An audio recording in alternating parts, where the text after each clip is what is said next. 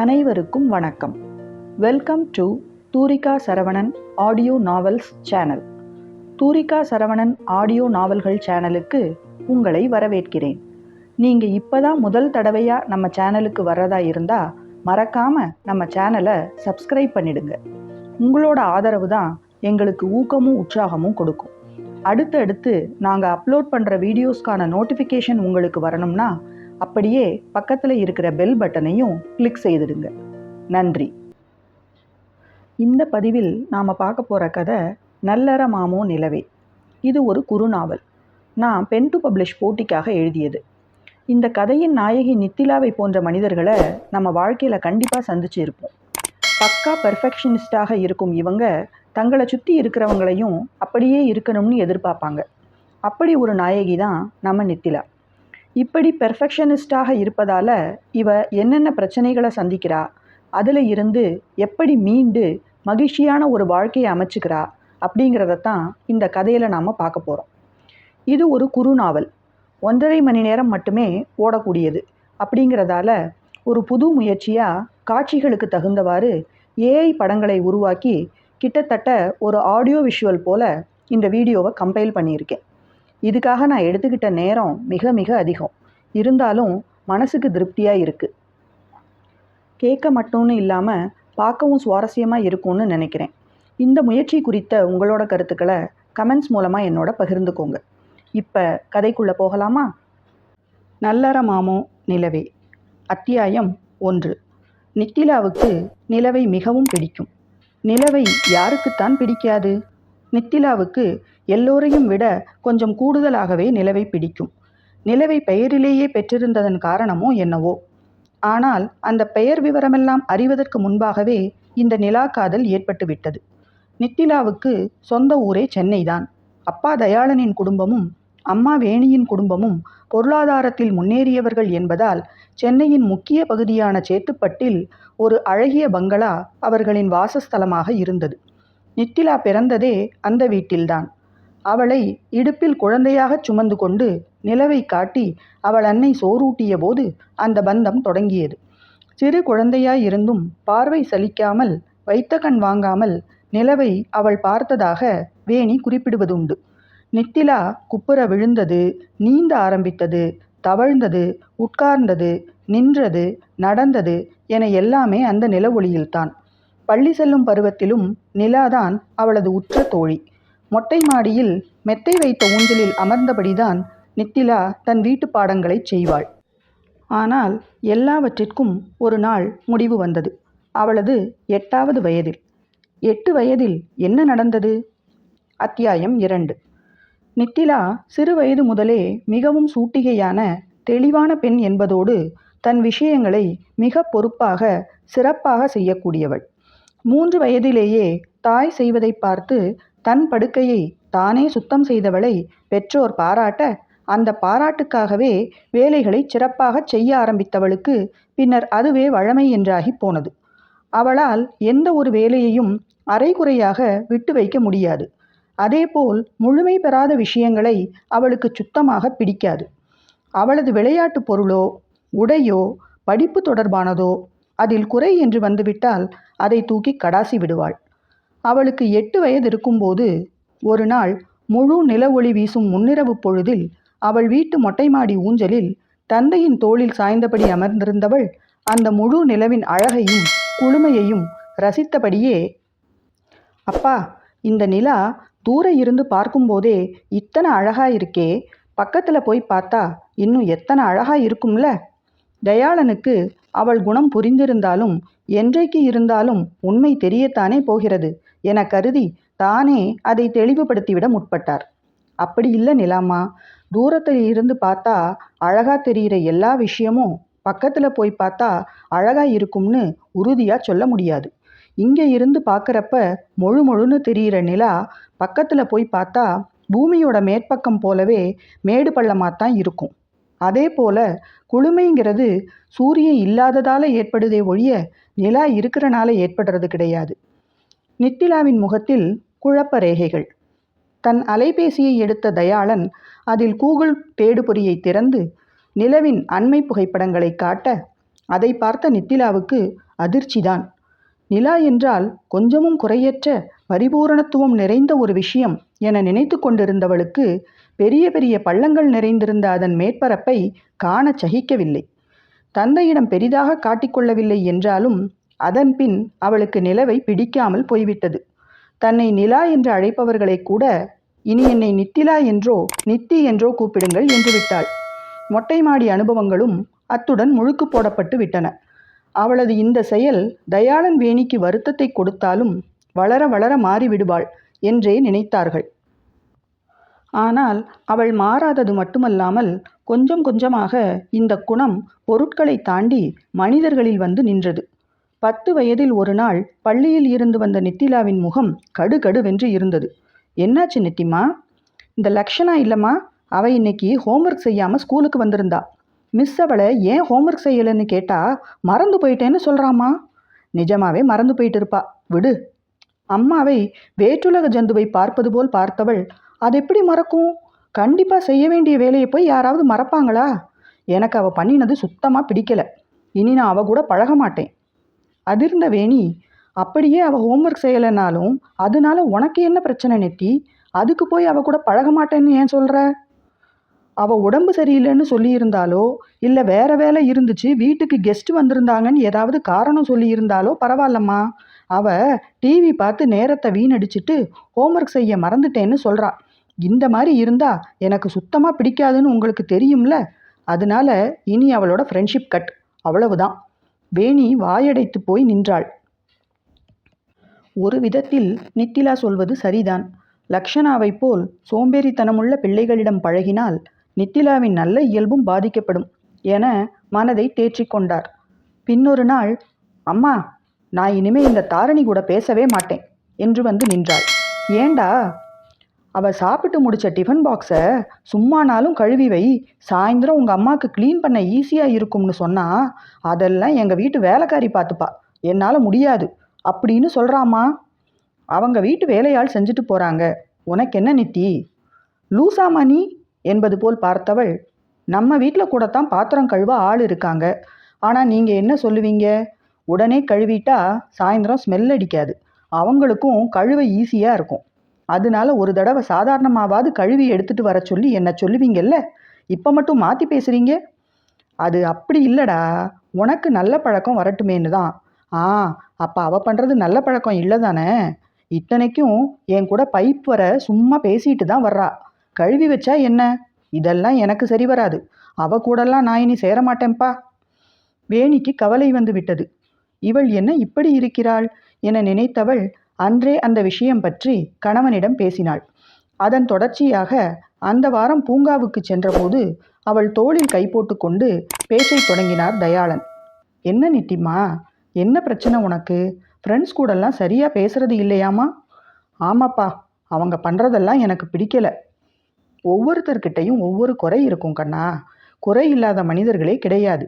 இப்படியே குறை சொல்லிகிட்டே எல்லாரையும் ஒதுக்கி வச்சியானா உனக்கு அப்புறம் ஃப்ரெண்ட்ஸே இருக்க மாட்டாங்களே. குற்றம் பார்க்கின் சுற்றம் இல்லைன்னு பெரியவங்க சொல்லி இருக்காங்கல்ல. அப்படி ஒன்றும் யார் கூடயும் ஃப்ரெண்ட்ஸாக இருக்க எனக்கு பிடிக்கலப்பா. இப்போ அம்மா கிட்டேயோ என்கிட்டேயோ குறை இல்லையா?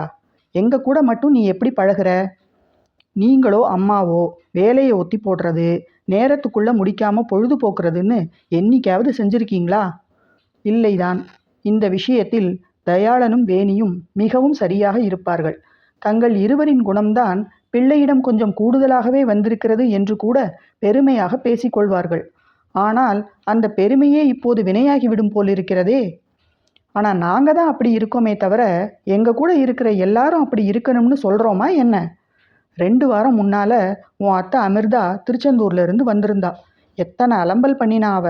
நாங்கள் அவ கூட பேசலையா, பழகலையா? ஏன் அவளால் அம்மாவுக்கு எத்தனை எக்ஸ்ட்ரா வேலை. ஆனால் அதெல்லாம் வெளியே காட்டிக்காமல் அம்மா வேலை செய்யலையா? அப்படி செஞ்சதால தான் கிளம்புறப்போ அத்தனை சந்தோஷமாக வாய் நிறைய, வரேன் அண்ணி, உங்களை மாதிரி ஒரு அண்ணி கிடைக்க நான் கொடுத்து வச்சிருக்கணும் அப்படின்னு சொல்லிட்டு போனான். அம்மா அட்ஜஸ்ட் பண்ணிக்கிற மாதிரியெல்லாம் என்னால் பண்ண முடியாதுப்பா. இந்த மாதிரி ஆட்களை இனிமேல் வீட்டு பக்கமே சேர்க்காதீங்க. இதேதடா, கத்தி போய் வால் வந்த கதையாக அவளை மற்றவர்களுடன் ஒதுங்காமல் பழகச் சொன்னால் நம்மை மற்றவர்களிடம் இருந்து ஒதுங்கச் சொல்லி உபதேசம் செய்கிறாளே என நினைத்த தயாளன் கொஞ்சம் விட்டு பிடிக்கலாம் என முடிவு செய்தார். அது அத்தையை நீ சேர்க்கலாமா வேணாமான்னு அப்புறம் முடிவு பண்ணலாம் நித்தி. நீ மற்றவர்கள் கூட நட்பாய் இருக்கப்பாரு. பிடிச்சுதா நல்லா பழகு, பிடிக்கலையா அளவா வச்சுக்கோ, மொத்தமாக முறிச்சுக்காதடா. அவர் சொன்னதை மனதார ஏற்றுக்கொள்ளாவிட்டாலும் அப்போதைக்கு அவர் மன திருப்திக்காக மையமாக தலையை ஆட்டி வைத்தாள். ஆனால் அவள் நடவடிக்கைகளில் பெரிதாக மாற்றம் இல்லை. இப்படியே சில ஆண்டுகள் கழிய அவளுக்கென்று நண்பர்களே இல்லாமல் போனது. பள்ளி செல்வது, பாட்டு, நடனம், கராத்தே என சகலகலா வல்லியாக வளர்ந்தவளும் அதை பொருட்படுத்தவில்லை. படிப்பிலும் எல்லாவற்றிலும் முதல் மாணவியாக வேலைகளை நேரத்தில் முடிப்பது, பிற வகுப்புகளுக்கு போவது, தனது பாடங்களை சிறப்பாகச் செய்ய இணையதளத்தை பயன்படுத்துவது என தன்னை வேலைகளில் மூழ்கடித்து கொண்டவளுக்கு நண்பர்கள் இல்லை என்பது ஒரு குறையாகவே தெரியவில்லை. அவளது 15வது வயதில் அவள் வாழ்வில் அந்த மாற்றம் நிகழ்ந்தது. அத்தியாயம் 3. ஆம், அவளுக்கும் ஒரு தோழி கிடைத்தாள். அதுவும் எப்படிப்பட்ட தோழி! அவள் குணத்தை அச்சுப்பிரதி எடுத்தது போல் ஒரு தோழி. உள்ளம் இரண்டும் ஒன்று, உருவம்தானே ரெண்டு என்பார்களே, அதை போல அவள் வாழ்வில் வந்து சேர்ந்தாள் காயத்ரி. 10வது வகுப்பு படித்து கொண்டிருந்த நித்திலாவின் பள்ளியில் புதிதாகச் சேர்ந்து அவள் வகுப்பிற்கே வந்து சேர்ந்தாள். மற்றவர்களிடம் பேசி பழகும் முன் நித்திலாவிடம் பேசும்படி நேர்ந்துவிட இருவருக்கும் ஒரே குணங்கள் இருக்க கண்டு இருவரும் ஆச்சரியமடைந்தனர். நான் காலையில் 5 மணிக்கு எழுந்துடுவேன். நானும் தான். நான் ஹோம்ஒர்க் எல்லாம் டெய்லி முடிச்சிடுவேன், பெண்டிங் வைக்கவே மாட்டேன். நானும் தான். நான் பாட்டும் டான்ஸும் கற்றுக்கிறேன். நானும் தான். எனக்கு ஃப்ரெண்ட்ஸ் யாருமே கிடையாது. எனக்கும் தான். இப்படி ஏகப்பட்ட நானும் தான்களும் எனக்கும் தான்களும் வந்து விழ இருவருக்கும் எக்கச்சக்க மகிழ்ச்சி. அன்றிலிருந்து 3 ஆண்டுகள் இருவரும் இணைபிரியா தோழியராக இருந்தனர். எல்லா விஷயத்திலும் ரசனை ஒன்றித்து இருந்தவர்களின் கல்வி விருப்பம் மட்டும் மாறுபட்டதாக இருந்தது. காயத்ரியின் கனவு மருத்துவராக வேண்டும் என்பது. ஆனால் நித்திலாவுக்கோ மருந்து வாசம் என்றாலே ஒவ்வாமை. ஏதாவது காய்ச்சல் தலைவலி வந்தால் கூட வேணியை கஷாயம் வைத்து கொடுக்க சொல்லி குடிப்பாளே ஒழிய மருந்து மாத்திரை ஊசி என்று போக மாட்டாள். இரத்தத்தை கண்டாலும் அவளுக்கு கொஞ்சம் கலக்கம்தான். 10வது முடிக்கும் போதே கணிதம் மட்டும் இருக்கும் பிடிவை எடுக்க நினைத்தவள் காயத்ரியுடன் ஒரே வகுப்பில் இருக்க ஆசைப்பட்டே உயிரியலும் சேர்ந்திருக்கும் முதல் பிரிவில் சேர்ந்தாள். ஆனால் 12வது இறுதியில் பிரியும் நேரம் வந்தே விட்டது. காயத்ரி சென்னையில் மருத்துவக் கல்லூரியிலும் நித்திலா பொறியியல் கல்லூரியிலும் சேர தோழிகளுக்குள் ஒரு இடைவெளி விழுந்தது. ஆரம்பத்தில் தினம் மாலை அலைபேசியில் அழைத்து அரட்டையடித்தாலும் நாட்கள் செல்ல செல்ல வேலைகள் அதிகமாக அன்றன்று வேலைகளை அன்றன்றே முடிக்கும் அவர்கள் குணம் அவர்களை அளவலாவ விடாமல் அணை போட்டது. இருந்தாலும் ஒரே ஊர் என்பதால் ஒருவருக்கொருவர் அவசியம் ஏற்படும் போது சந்தித்து பேசிக்கொண்டனர். இறுதியாண்டு படிக்கையில் மேற்படிப்பு இறுதியாண்டில் இருந்த பிரபாகரனுடன் காயத்ரிக்கு காதல் ஏற்பட்டுவிட அவர்களின் திருமணம் இனிதாகவே நடைபெற்றது. நித்திலாவும் இறுதியாண்டு முடிக்கும் போதே கேம்பஸ் இன்டர்வியூவில் தேர்ந்தெடுக்கப்பட்டு ஒரு புகழ்பெற்ற பன்னாட்டு நிறுவனத்தின் பொறுப்பான பதவியில் அமர்ந்தாள். ஆரம்ப ஊதியமே லகரத்தில்தான். பணியும் அவளுக்கு பிடித்தமானதாகவே இருந்தது. பள்ளி கல்லூரி காலங்களில் போல் அல்லாமல் பணிகளை அலுவலகத்தில் முடித்துவிட்டு வீடு வந்த பிறகு கொஞ்சம் தனிமையை உணர ஆரம்பித்தாள் நித்திலா. அன்னை தந்தையுடன் நேரம் செலவழித்தாலும் தன் வயதிற்கேற்ற ஒரு துணையை மனம் தேடியது. காயத்ரியின் திருமணத்திற்கு பின் அவள் முன்போலவே அடிக்கடி பேசினாலும் அவள் பேச்சில் பிரபா இதை சொன்னார், பிரபா அதை சொன்னார், பிரபா இப்படி செய்தார், பிரபா அப்படி செய்தார் என ஒரே பிரபா புராணமாக இருக்க தனக்கென்று தன்னை மட்டுமே உலகம் என கருதும் ஒருவன் வேண்டுமென அவள் மனமும் அவாவியது. புதிய நண்பர்களை ஏற்படுத்தி கொள்ள கல்லூரியிலேயே முயற்சி செய்தால்தான். ஆனால் எப்போதும் போல் அவள் இயல்புக்கு காயத்ரியைப் போல் ஒரு நட்பு கூடி வரவில்லை அவளுக்கு. மகளின் மாறுதல்களை தள்ளி நின்று கவனித்தாலும் முதல் பார்வையிலேயே காதலில் விழுந்து அன்று வரை அந்யோன்யம் குறையாமல் வாழ்ந்து வரும் தம்பதி என்பதால் மகளுக்கும் அப்படி ஓர் உணர்வு ஏற்படும் என நினைத்த தயாளனும் வேணியும் அவளுக்கு வரன் பார்ப்பதிலெல்லாம் இறங்காமல் பொறுமை காத்தனர். அத்தியாயம் 4. யாருடனும் பகிர்ந்து கொள்ள இயலாத இப்படியான உணர்வுகளில் அவள் சிக்கி தவித்து கொண்டிருந்த வேளையில் அன்று அலுவலகத்தில், நித்தி! அலுவலக நடைபாதையில் நடந்து கொண்டிருந்தவள் தன்னை அலுவலகத்தில் நித்தி என்று அழைப்பது யார் என்ற வியப்பில் திரும்ப, தனக்கு சில அடிகள் தள்ளி நின்றிருந்தவன் பார்வை தன்னை தாண்டி கொண்டு விழுவதை பார்த்தாள். அந்த நீளப்பாதையில் வேறு யாரும் இல்லை என்பதால் அழைத்தவன் அவனாகத்தான் இருக்க வேண்டும். ஆனால் அவளை அழைக்கவில்லை போலிருக்கிறதே என்று தோன்ற, மீண்டும் தான் சென்று கொண்டிருந்த வழியை நோக்க, அவளுக்கு முன்னால் சென்று கொண்டிருந்தவன் இப்போது முகமெல்லாம் புன்னகையுடன் அவளை கடந்து மற்றவனை, அதாவது நித்தி என்று அழைத்தவனை நோக்கிச் சென்றான். அழைக்கப்பட்டது தான் இல்லை என்பது உறுதியாகிவிட, மீண்டும் நடக்கத் தொடங்கியவள் மனதில் மட்டும் ஒரு குறுகுறுப்பு. நித்தி என்ற பெயர் உடையவனா அவன்? நித்தியின் விரிவு என்னவாக இருக்கும்? நித்திலன், நித்யானந்தன், நிதீஷ்? அவன் பெயர் மட்டுமல்ல, அவன் புன்னகை முகமும் அவள் மனக்கண்ணில் அவ்வப்போது தோன்ற ஆரம்பித்தது. சில வினாடிகள் அவள் பார்வை வட்டத்திற்குள் விழுந்தவன்தான். இருந்தாலும் அவன் முகம் பசை போட்டது போல் அவள் மனத்திரையில் ஒட்டி கொண்டு விட்டது. கொஞ்சம் ஏறு நெற்றி, தலையை அழகாக ஏற்றி வாரி இருந்தான். பெரியதும் இல்லாமல் சிறியதும் இல்லாமல் இருந்தாலும் சிரிக்கும் கண்கள், கூர் நாசி, அளவான மீசை, தாடி கிருதா என்றெல்லாம் இல்லாமல் மழமழவென இருந்த முகம். காஃபி பிரவுன் நிற சட்டை, அதில் முழுவதும் ஆஃப் ஒயிட் நிற புள்ளிகள், ஆஃப் ஒயிட் நிற டை மற்றும் அதே நிற கால் சராய். விளம்பரங்களில் ஆண்களின் உடைகளுக்கு வரும் மாடல் போல் இருந்தான். அன்று முழுவதும் அவள் கண்களுக்குள் அவன் வலம் வந்து கொண்டே இருந்தான். அதன்பின் அலுவலகத்திலும் சில நேரங்களில் அவனை பார்க்க நேர்ந்தது. இன்னொரு குழுவில் சேர்ந்திருந்தான். பெரும்பாலும் அனைவரும் அவனை நித்தி என்று அழைப்பதை கவனித்தவளுக்கு அவன் முழு பெயர் என்னவென்று தெரிந்து கொள்ளும் ஆவல் இருந்தாலும், யாரிடமாவது கேட்டால் தவறாக நினைப்பார்கள் என்ற எண்ணத்தில் பொறுமை காத்தாள். ஒரு நாள் மின்தூக்கியில் அந்த நித்தியை சந்திக்க நேரிட்டது. ஹை! இருவர் மட்டும் பயணித்து கொண்டிருந்த மின்தூக்கியில் மௌனம் கலைக்கும் விதமாக அவன் குரல் ஒலித்தது. உங்க பேர் நித்திலா தானே? எஸ். முடிந்த அளவு கம்பீரமாக கூற வேண்டும் என நினைத்தாலும் அவள் குரல் கொஞ்சம் குழைந்தே வெளிப்பட்டது. I am Nithyan. Few days முன்னால் தான் இங்கே ஜாயின் பண்ணியிருக்கேன் என்று தன்னை முறையாக அறிமுகம் செய்து கொண்டான். அதற்குள் அவன் இறங்க வேண்டிய தளம் வந்துவிட, see you என்று விட்டு வெளியேறினான். அதன்பின் நேரில் பார்க்கும்போது புன்னகைத்து கொண்டனர். அவளுக்கு அவனை பார்க்க பிடித்திருந்தாலும் அது என்ன மாதிரி உணர்வு என்பதை பகுத்தறிய முடியவில்லை. நாட்கள் நத்தையின் நடையில் நகர்ந்தன. தானும் முதல் பார்வையிலேயே காதல் வயப்பட்டுவிட்டோம் என்று புரியாத நித்திலா தன் மன உணர்வுகளுடன் போராடி கொண்டிருந்தாள். இப்போதெல்லாம் வீட்டிற்கு செல்லவே அவளுக்கு பிடிப்பதில்லை. அலுவலகத்திற்கு செல்லும்போது உற்சாகமாக இருக்கும். ஆனால் மீண்டும் வீடு திரும்புகையில் அந்த உற்சாகத்தை எல்லாம் யாரோ பிடுங்கிக் கொண்டு விட்டது போல் இருக்கும். அன்றும் வழக்கம் போல் உற்சாகமே உருவாய் அலுவலகம் கிளம்பினாள் நித்திலா. அலுவலகத்திலும் அவள் மிகவும் எதிர்பார்ப்பது காலை நேர இடைவேளை. அலுவலக உணவகத்திற்கு செல்வதற்கு நித்யனின் பணியிடத்தை கடந்துதான் செல்ல வேண்டும். அன்றும் அவனை பார்க்கும் ஆவலில் சென்றவளுக்கு பெருத்த ஏமாற்றம். அவனை அவன் இடத்தில் காணவில்லை. உணவகத்திற்கு சென்று காஃபியை வாங்கி கொண்டு ஓரமாக ஒரு இடத்தில் அமர்ந்தவள் முன்பு வந்து அமர்ந்தான் நித்யன். அவனை கண்டுவிட்ட மகிழ்ச்சியை அடக்க அவள் பெரும்பாடுபட்டு போனாள். மே ஐ ஜாயின் யூ என்று கேட்டுக்கொண்டே அவள் முன் அமர்ந்தவன் முகம் அத்தனை வசீகரமாக இருந்தது. என்று மெல்லிய குரலில் பதிலளித்தவள் மேலே என்ன பேசுவது என தயங்க, நீங்க சிவபாலன் கிட்ட தானே ரிப்போர்ட் பண்ணுறீங்க? சிவபாலன் எனக்கு க்ளோஸ் ஃப்ரெண்ட். உங்களை பற்றி ரொம்ப உயர்வாக சொல்லுவான். நீங்கள் ரொம்ப பெர்ஃபெக்டாமே. எல்லாத்தையும் கரெக்டாக சொன்ன டைம்குள்ளே முடிச்சிடுவீங்களாம்.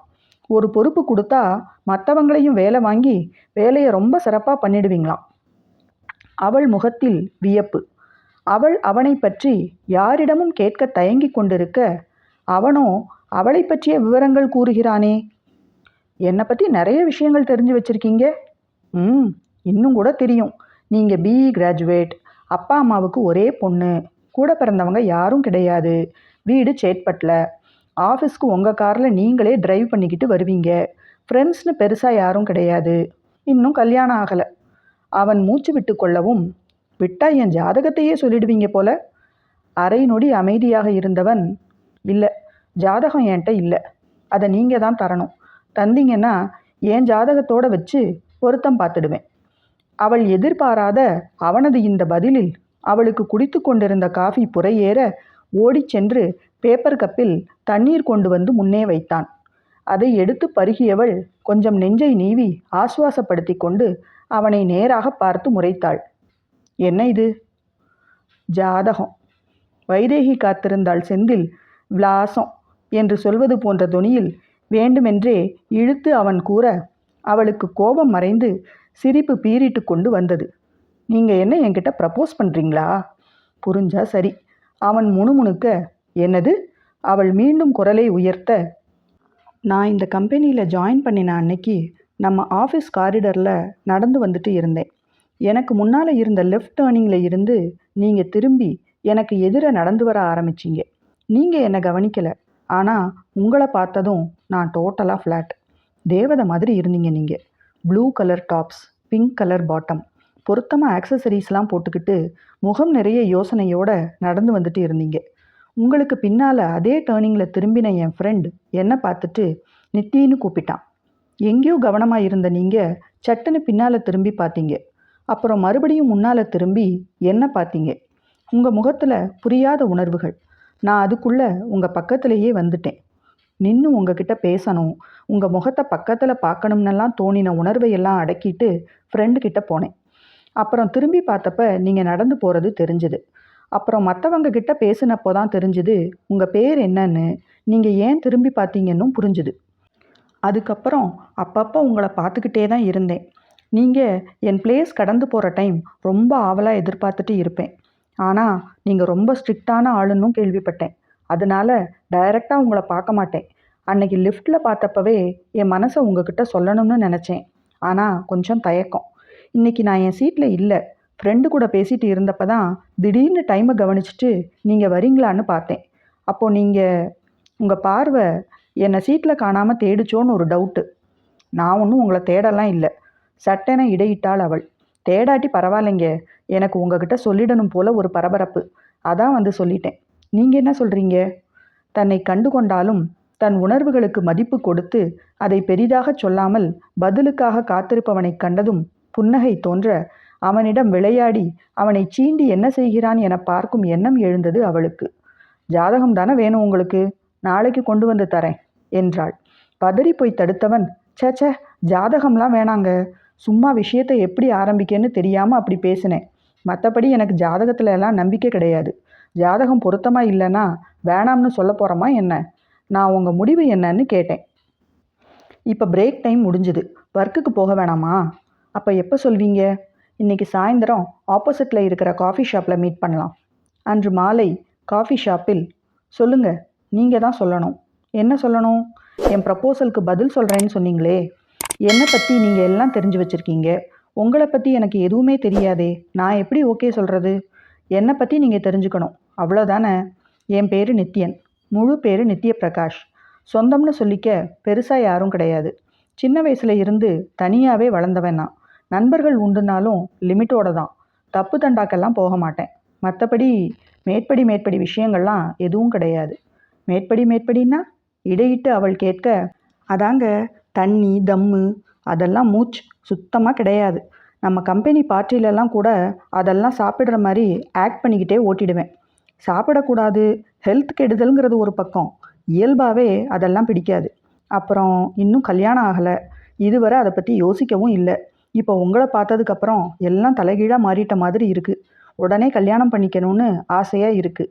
கண்களில் மின்னும் குறும்புக்கு போட்டியாக இதழ்கள் புன்னகை சிந்த அவன் கூடி முடித்த விஷயங்களை கேட்டவள் அவன் பதிலுக்காக காத்திருப்பது புரிய, நித்யன், எனக்கும் உங்களை பிடிச்சிருக்கு. ஆனாலும் 2 நாள் டைம் கொடுங்க.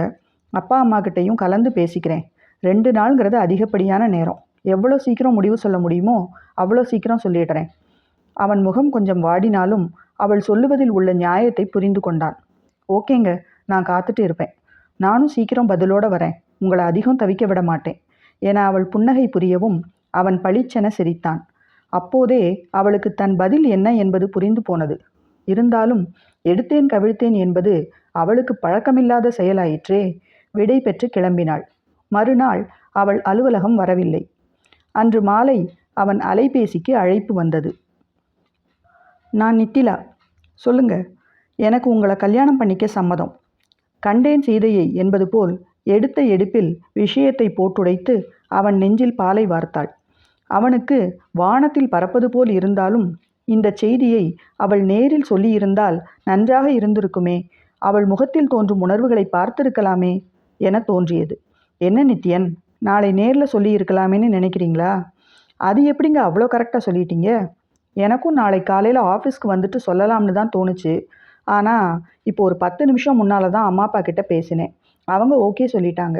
நேரம் ஆகிட்டனால இனி உங்களை எங்கேயாவது வர சொல்லி பேசுறது சரி வராது.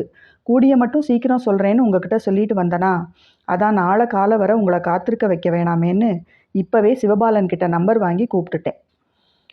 அவன் பதில் எதுவும் சொல்லாமல் அமைதியாக இருக்கவும் அவளுக்கு சங்கடமாகி போனது. எப்போதும் எல்லாவற்றையும் நன்கு யோசித்து தெளிவான முடிவுகள் எடுத்துதான் பழக்கம் அவளுக்கு. ஆனால் காதல் என்று வரும்போது தான் யோசித்ததை வைத்து அவன் உணர்வுகளை தவறாக கணித்து விட்டோமோ என தோன்றிவிட, கோபமா என்றாள் மென்மையாக. கோபமா என்றவன் சற்று கரகரத்த குரலை செருமிக் கொண்டான். எனக்கு துளி கூட கோபமில்லை நித்திலா. சொல்லப்போனா நான் ஆவலோட காத்துட்டு இருப்பேனேன்னு எனக்காக யோசித்து செயல்பட்டு இருக்கீங்களேன்னு சந்தோஷந்தான். உங்கள் முகத்தை இப்போ பார்க்க முடியலையேன்னு மட்டும்தான் வருத்தம். அதுக்கும் ஒன்று செய்யலாம். வாட்ஸ்அப் வீடியோ காலில் வரேனா? அப்போ உங்கள் வருத்தம் போயிடும்ல. சூப்பருங்க, இதோ இப்போவே வரேன். வீடியோவில் அவனை பார்த்ததும் எங்கிருந்தோ வெட்கம் வந்து ஒட்டிக்கொள்ள அவளது சிவந்து விட்ட முகம் பார்த்தவன் ஆழ்ந்த குரலில், யூ லுக் பியூட்டிஃபுல் என்றான். அவள் முகம் இன்னும் சிவந்தது. இப்போ உங்கள் பக்கத்தில் இருக்கணும் போல ஆசையாக இருக்கு. நீங்கள் ஒவ்வொன்றா ஆசைப்பட்டுக்கிட்டே இருங்க என்று கேலியாக சொன்னவள், நாளை காலை பார்க்கலாம் நித்யன் என்றாள் குழைவாக. Okay Nithi, thank you thank you so much. Call பண்ணி சொன்னதுக்கு. நான் நேற்று முழுக்க தூங்கவே இல்லை. என்னென்னவோ யோசனைகள். நீங்கள் பாசிட்டிவாக பதில் சொல்லணுமேன்னு. இன்றைக்கி நைட் நிம்மதியாக தூங்குவேன். Thanks again for being so thoughtful. Good night. Good night Nithyan. அந்த வார இறுதியில் நித்யன் நித்திலாவின் பெற்றோரை முறையாக சந்தித்து பேசினான். அறிமுக பேச்சுவார்த்தைகளுக்கு பிறகு, மாப்பிள்ளைக்கு வீட்டை சுற்றி காட்டேன் நித்திமா. சரிம்மா, வாங்க நித்யன். பேசிக்கொண்டே ஒவ்வொரு பகுதியாக கடந்து சென்றவர்கள் அவளது தனி அறைக்குள் நுழையவும் அவன் வாவ் என்றான். ரொம்ப அழகா இருக்கு உங்க ரூம். அவன் பக்கம் திரும்பியவள் மேஜை மேல் சாய்ந்து நின்று கைகளை மார்பின் குறுக்கில் கட்டியவாறு, நீங்கள் இந்த வாங்க போங்கவை விடமாட்டிங்களா? நீங்கள் விடுங்க, நானும் விட்டுடுறேன். அவனுக்கு சம்மதம் சொல்லி மறுநாள் இருவரும் அலுவலகத்தில் சந்தித்து கொண்ட போதே தன்னை ஒருமையில் அழைக்குமாறு நித்திலா நித்யனிடம் கூற, அவள் அவ்வாறு அழைப்பதானால் அவனும் ஒருமையில் அழைப்பதாக கூறியிருந்தான். ஆனால் நித்திலாவுக்கு சட்டென ஒருமையில் அழைக்க வரவில்லை. அதனால் அவனும் அவளை மரியாதை பன்மையிலேயே அழைத்து கொண்டிருந்தான். நான் அவள் தடுமாறிக் கொண்டிருந்த போதே அவள் அருகில் நெருங்கியிருந்தான் நித்யன். கட்டியிருந்த அவள் கைகளை பிரித்து அவளது இடது கை மோதிர விரலில் தன் கையில் வைத்திருந்த ஒற்றை கல் பதித்த அழகிய மோதிரத்தை அணிவித்து விட்டான். பின் மெல்ல குனிந்து அவன் இதழ்களால் அவள் புறங்கையில் மென்மையாக ஒற்றி எடுத்து நிமிர அவள் உடல் சிலிர்த்ததை உணர்ந்தான். அவள் கண்களுக்குள் ஆழ்ந்து பார்த்தவன், பிடிச்சிருக்கா என்று வினவ, அவள் ரொம்ப அழகா இருக்கு என்றாள். நான் பிடிச்சிருக்கான்னு கேட்டேன். ரொம்ப பிடிச்சிருக்கு. அப்படி சொல்லக்கூடாது. வேற எப்படி சொல்லணும்? முகத்தில் குழப்ப ரேகைகளுடன் அவள் வினவ, இப்போ நான் சொல்கிறத அப்படியே திரும்ப சொல்லணும். நீ ஹா சொல்லு. நீ வாங்கிட்டு வந்த மோதிரம் எனக்கு ரொம்ப பிடிச்சிருக்கு நித்யன். எனக்கு ரொம்ப பிடிச்சிருக்கு நித்யன். ஏன்னா உன்னையும் எனக்கு ரொம்ப பிடிக்கும். ஐ லவ் யூ சொல்லி முடிக்கையில் அவள் முகம் சிவந்திருந்தது. முதல் தடவை சொல்லத்தான் கஷ்டம். இப்போ சொல்லியாச்சு. இனி நீ என்ன வா போன்னு தான் கூப்பிடணும். எங்கே கூப்பிடு பார்க்கலாம். கூப்பிடுப்பா. அப்போ தான் ஒருத்தருக்கு ஒருத்தர் நெருக்கமாக இருக்கும். ப்ளீஸ் கூப்பிடு. ப்ளீஸ். இப்போ கூப்பிட போறியா இல்லையா? முடியாது போடா. ப்ளீஸ் பா. ஏய், இப்போ என்ன சொன்ன? அவன் கண்டு கொண்டதும் அவன் மேல் சாய்ந்து அவன் நெஞ்சில் தன் சிவந்த முகத்தை மறைத்து கொண்டாள். கள்ளி என்றவன் தன் நெஞ்சில் முல்லை கொடி போல் ஒட்டி கிடந்தவளை பிரித்து தன் முகம் பார்க்க வைத்தான். நித்தி, ஐ ஆம் so happy and lucky. நானும் தான். அவள் கைகளில் அந்த மோதிரத்துடன் இணைந்த சிறிய கம்மல்கள் மற்றும் பெண்டன்ட் இருந்த பெட்டியை வைத்தவன் அதை திறந்து அந்த பெண்டன்ட்டை எடுத்து அவள் கழுத்தில் அணிவித்தான். கீழிருந்து வேணி அழைக்கும் சத்தம் கேட்க சட்டென்று அவள் கன்னத்தில் ஒரு முத்தம் வைத்தான். அவளை தோளோடு அணைத்து கொண்டே கீழே வந்ததைக் கண்ட பெற்றவர்களுக்கு மகளின் மனது குகந்த வாழ்க்கை அமைந்தது கண்டு மனம் நிறைந்தது. அத்தியாயம் 5. ஒரு சுபயோக சுபதினத்தில் திருமணம் இனிதே அரங்கேற அன்றே அவர்கள் ஏற்கனவே பார்த்து இருவருக்கும் பிடித்து வாங்கியிருந்த தனி அடுக்குமாடி குடியிருப்பு வீட்டில் பால் காய்ச்சி குடிபெயர்ந்தனர். அந்த அடுக்குமாடி குடியிருப்பு அவர்கள் அலுவலகத்தின் அருகிலேயே இருந்தது. திருமணம் முடிந்ததும் தேனிலவுக்கு கடவுளின் தேசமான கேரளாவுக்கு சென்று 1 வாரம் கழித்து திரும்பி வந்தனர். இன்னும் மோகமும் மயக்கமும் தாபமும் தீரவில்லையாயினும் திருமணத்திற்காக என அதிக நாட்கள் விடுப்பு எடுத்து விட்டதால் விருப்பமில்லாமலே இருவரும் பணிக்கு திரும்பினர். அன்று வெள்ளிக்கிழமை. இருவரும் விடுப்பு முடிந்து பணியில் சேர அன்று மாலை நித்திலாவும் அவள் பெற்றோரும் காயத்ரியின் வளைகாப்பிற்கு செல்வதாக முடிவு செய்யப்பட்டிருந்தது. ஆம், காயத்ரிக்கு அது 7வது மாதம். இருப்பது வேலை எல்லாம் சென்னையில் என்றாலும் கூட பிரபாகரனின் ஊர் திருச்சியை அடுத்த ஒரு சிறிய கிராமம். அவனது பெற்றோரும் அங்கேதான் இருந்தனர். தீபாவளி, பொங்கல் என பொது விழாக்கள் மற்றும் சடங்கு சம்பிரதாயங்கள் அனைத்தும் அவ்வூரில் ஊர் பெரியவர்களை வைத்து செய்வதே அவர்கள் வழக்கம். வளைகாப்பு என்பது மாப்பிள்ளை வீட்டில் வைத்து செய்யப்படும் சடங்கு என்பதால் காயத்ரியை அங்கே அழைத்து சென்றிருந்தனர். நித்திலாவின் வீட்டில். நான் ஏன் உன் கூட வரக்கூடாது? பாவமாக கேட்ட நித்தியனை பார்த்தவளுக்கு சிரிப்பு வந்தாலும் பரிதாபமாகவும் இருந்தது. விசேஷத்திற்கு செல்லும்போது குழந்தைகளை வீட்டில் விட்டு சென்றால் அவர்கள் பெற்றவர்களை பார்த்து கேட்பது போல் இருந்தது அவன் முகபாவனை. அவன் அருகில் வந்து அவனை அணைத்து கொண்டவள், நீ அங்கே வந்து என்ன செய்வ நித்துப்பா? இது லேடிஸ் ஃபங்க்ஷன். நான் காயு கூடவே இருப்பேன். உங்ககிட்ட சொல்லி இருக்கேன்ல எனக்கு காயு எவ்வளோ க்ளோஸ்னு. நீ அங்கே வந்தா அவ கூட என்னால் முழுசாக டைம் ஸ்பெண்ட் பண்ண முடியாது. நீ என்ன பண்ணுறியோன்னு அடிச்சுக்கும். 2வது, அது கிராமத்து வீடு. நீ வந்தால் உனக்கு வசதியாக இருக்காது. நீ எனக்காக அட்ஜஸ்ட் பண்ணிப்ப. ஆனால் அவங்க உனக்கு வசதி பண்ணி தரணும்னு ஸ்ட்ரெயின் பண்ணிப்பாங்க. அதுவும் புது மாப்பிள்ளை வேற. அப்புறம் நமக்கு தனி ரூம் தரேன்னு ஏதாவது பண்ணிகிட்டு இருப்பாங்க. இதெல்லாம் தேவையா? ஒரு நைட் தானே, நாளை சாயந்தரம் வந்துடுவேன். அப்போ இன்னைக்கு நைட் நான் தனியாக தான் படுத்துக்கணுமா? இத்தனை வருஷமாக எப்படி படுத்திருந்தியான்? அது காமு, இது காப்பி இல்லை. அவன் வார்த்தை பிரயோகத்தில் அவளுக்கு சிரிப்பு வந்தது. திருமணமான இந்த 10 நாட்களில் அவள் அறிந்து கொண்டது அவள் கணவனின் முழுமையான அன்பைத்தான். அவளை விட்டு அரை கணமும் அகலமாட்டான். முடிந்த நேரமெல்லாம் அவள் அவன் கைவிளைவிலேயே இருக்க வேண்டும். தேனிலவிலும் வெளியே சுற்றி பார்க்க சென்றாலும் தோளோடு அல்லது இடையோடு அவன் கை இருக்கும். அங்கே பெரும்பாலான ஜோடிகள் அப்படித்தான் இருந்தனர் என்பதால் அது வேறுபாடாகவும் தெரியவில்லை. அவளுக்கே சில நேரம் அவன் அளவிற்கு அவள் அவன் மீது அன்பாக இல்லையோ என தோன்றும் அளவிற்கு அவள் மீது பிரியமாக, ஏன் பைத்தியமாக இருந்தான். அழைப்பு மணியோசை ஊருக்கு செல்ல பொருட்களை எடுத்து வைத்து கொண்டிருந்தவளின் சிந்தனையை கலைத்தது. வந்திருந்தது தயாளனும் வேணியும் தான். என்ன கண்ணா, இன்னும் ரெடியாகலையா? இதோ ஆச்சுமா. நித்திலா தயாராகி வரவும் தயாளனும் வேணியும் நித்தியனிடம் சொல்லி கொண்டு வெளியேறினர். கூடவே சென்ற மனைவியை அவள் முழங்கை பற்றி நிறுத்தியவன், என் ஐடி கார்டு எங்கே வச்ச என கேட்க அவன் பார்வையை புரிந்து கொண்டவள் கொஞ்சம் வெளியே எட்டி பார்த்து மின் தூக்கியை நோக்கி சென்று கொண்டிருந்த பெற்றோரிடம், நீங்கள் போங்கம்மா, நான் இந்த ஐடி கார்டு எடுத்து கொடுத்துட்டு வந்துடுறேன் என்று கதவை சாத்தி தாழிட்டு அந்த கதவின் மேலேயே சாய்ந்து நின்றாள்.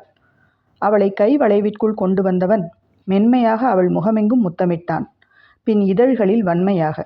சில நிமிடங்கள் பொறுத்து அவளை விலக்கியவன் அவள் தோள் வளைவில் முகம் பதித்து கொண்டு நின்றான். அவள் அப்பா அம்மா காத்திருப்பாங்க எனவும் மனமில்லாமல் பிரிந்தவன் மீண்டும் ஒரு முறை காற்று புகா நெருக்கத்தில் கட்டி அணைத்து கொண்டான். ஏய், ஒரு நாள் பிரிவுக்கு இதெல்லாம் ஓவர்ப்பா.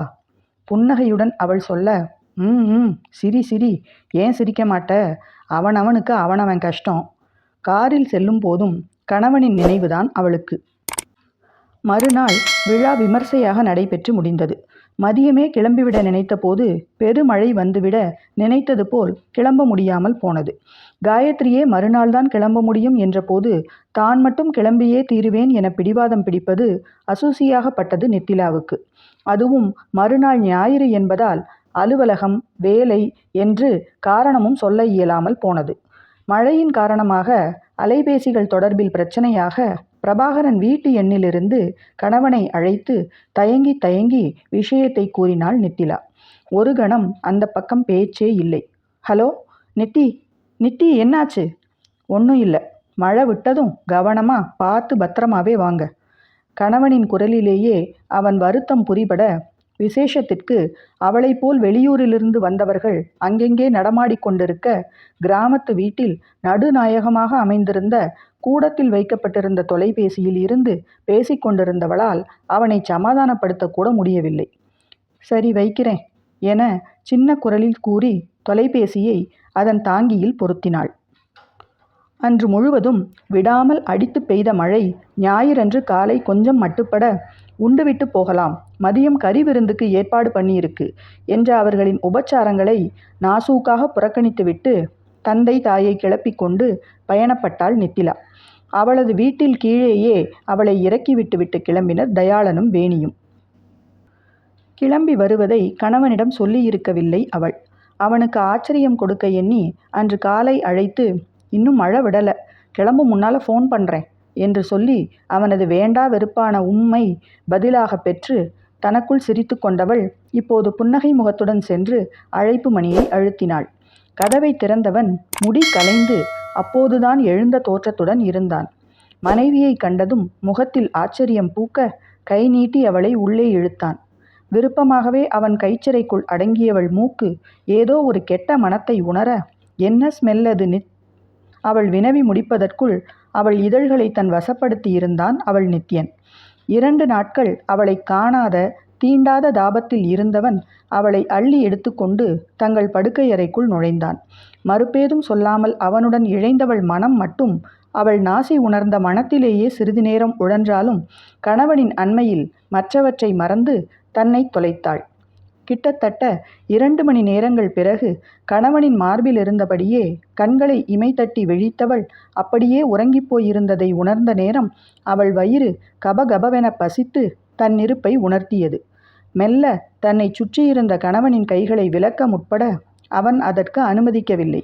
ஏ பசிக்குதுப்பா விடு எனவும் அவளை விடுவித்துவிட்டு ஒரு கையால் தலையை தாங்கி படுத்தவன், நான் கொஞ்சம் ஃப்ரெஷ்அப் பண்ணிட்டு வரேன், நீ போய் ஸ்விக்கியில் ஏதாவது ஆர்டர் பண்ணு, வந்த உடனே நான் சமைக்கிறேன்னு கிளம்பிடாத, 2 நாள் என்னை தவிக்க விட்டதுக்கு ஈடு கட்டணமாக்கும் என கண் சிமிட்டி சிரிக்க முகம் சிவந்தாலும், ஆமாம் உனக்கு வேற வேலையே இல்லை என்று அவனை ஒரு செல்ல அடி அடித்துவிட்டு படுக்கையறையை விட்டு வெளியேறினாள். குளிர்சாதன வசதியுடன் கூடிய படுக்கையறை இவ்வளவு நேரம் அழுத்தமாக சாத்தியிருந்ததில் உணர முடியாத அந்த மனம் அவள் அந்த அறையிலிருந்து வெளிப்படவும் முழு வேகத்துடன் அவள் நாசியை தாக்கியது. ச்சே, என்ன ஸ்மெல் இது என்று மூக்கை சுளித்தவள் அப்போதுதான் அவர்களது வரவேற்பறையை நன்றாக பார்த்தாள். பார்த்தவளுக்கு தலை சுற்றி போயிற்று. அத்தியாயம் 6. அவள் வீடா இது? அந்த வரவேற்பறை சுவர்களின் இளம் நீல வண்ணத்துக்கு பொருத்தமாக இருக்கும் என பார்த்து பார்த்து அவள் வாங்கிய இளம் சிவப்பு நிற நீளிருக்கையின் மேல் போடப்பட்டிருந்த உரைகள் நழுவி அதன் மேலேயே கிடக்க, அதன் மீது ஈரமான பூந்துவாலை மொத்தமாக கிடந்தது. இன்னொரு நீளிருக்கையின் மீது அவனது கழற்றி போடப்பட்ட உடைகள், உள்ளாடைகள் முதற்கொண்டு கிடந்தன. நீளிருக்கைக்கு முன்னால் இருந்த அழகான தேக்குமர டீப்பாயில் டீ குடித்துவிட்டு வைத்திருந்த குவளை சுற்றிலும் டீக்கரையுடன் அவனை பார்த்து இழித்தது. அந்த டீப்பாயின் கீழடுக்கில் செய்தித்தாள்களும் மாத வார இதழ்களும் கலைந்து போய் பாதி டீப்பாயிலும் பாதி கீழே தரையிலும் கிடந்தன. அதிர்ச்சி குறையாத முகத்துடன் கீழே அங்கொன்றும் இங்கொன்றுமாக இறைந்து கிடைந்த பொருட்களுக்கு நடுவில் காலை பார்த்து பார்த்து வைத்து நடந்தவள் உணவு மேஜையின் அருகே சென்றாள். முதல் நாளிரவு உண்ட உணவுப் பொருட்களின் மீதம். பரோட்டா சால்னா வாங்கி உண்டிருப்பான் போல. சிக்கன் வேறு. அனைத்து மீதங்களும் பாலித்தீன் கவரில் மீதம் இருந்த சால்னா கவரை சரியாக வைக்காததால் அந்த கண்ணாடி மேஜையின் மீது கொஞ்சம் வழிந்து அதற்கு தோன்றிய ஒரு வரைபடத்தை மேஜையில் வரைந்திருந்தது. கெட்டுப்போன சால்னாவின் மணம்தான் அந்த அறையை நிறைத்திருந்தது என்பதை அருகில் சென்றதுமே உணர்ந்து கொண்டாள் நித்திலா. இன்னும் நகர்ந்து சமையலறைக்கு சென்றவள் தலையில் கை வைத்து கொண்டு உட்கார்ந்து விட்டாள். இது என்ன சமையலறையா அல்லது போர்க்களமா? கண்ட மேனிக்கு பாத்திரங்கள் இறைந்து கிடந்தன. இத்தனை பாத்திரங்களை எடுத்து என்ன சமைத்திருக்கிறான் என அவள் ஆராய முற்பட தேநீரும் நூடுல்ஸும் மட்டுமே செய்யப்பட்டதற்கான அறிகுறி தெரிந்தது. இதற்கா இத்தனை அலம்பல் என நினைத்து கொண்டவள் படுக்கையறை திறக்கும் ஒலி கேட்டு கொஞ்சம் கோபத்துடனே திரும்பினாள். கண்களில் காதலுடன் அவளை பார்த்தவன் அவள் கோபத்தின் காரணம் புரியாமல் புருவம் உயர்த்த அவள் கண்களால் வரவேற்பறை கிடந்த கோலத்தை சுட்டிக்காட்டினாள். அசடு வழிய தலையை சொரிந்தவன், அது வந்துடா, நேற்று ரொம்ப டயர்டாக இருந்துச்சா, அதான் எதுவும் எடுத்து வைக்கல. இதா இப்போ இப்போ க்ளீன் பண்ணிடுறேன். நீ ஒன்றும் கிழிக்க வேணாம், நகரு, நான் பார்த்துக்கிறேன். ஏன் மங்களா வரலையா? இல்லை, அவங்க பொண்ணுக்கு ஏதோ உடம்பு சரியில்லையாம். சனிக்கிழமை காலையில் ஃபோன் பண்ணி லீவ் கேட்டாங்க. நீயும் ஊரில் இல்லை, நானும் சமைக்க போகிறதில்ல, வேற என்ன பெருசாக வேலை இருக்குது, அதான் திங்கக்கிழமை வாங்கன்னு சொல்லி அனுப்பிட்டேன். பேசிக்கொண்டே மெதுவாக அருகில் வந்திருந்தவன் அவள் முதுகை வருடிக்கொண்டே அவள் கோபத்தை குறைக்க முயன்றான். தோளை ஒரு உலுக்கு உலுக்கி அவன் கையை தட்டிவிட்டவள் நேராக சென்று நீளிருக்கையின் மீதிருந்த ஈரத்துண்டை எடுக்க அதிலிருந்து குப்பென்று பூஞ்சை வாடை. இது எப்போ போட்டது? அது அது வெள்ளிக்கிழமை நைட்டுன்னு நினைக்கிறேன். அப்புறம் குளிக்கவே இல்லையா?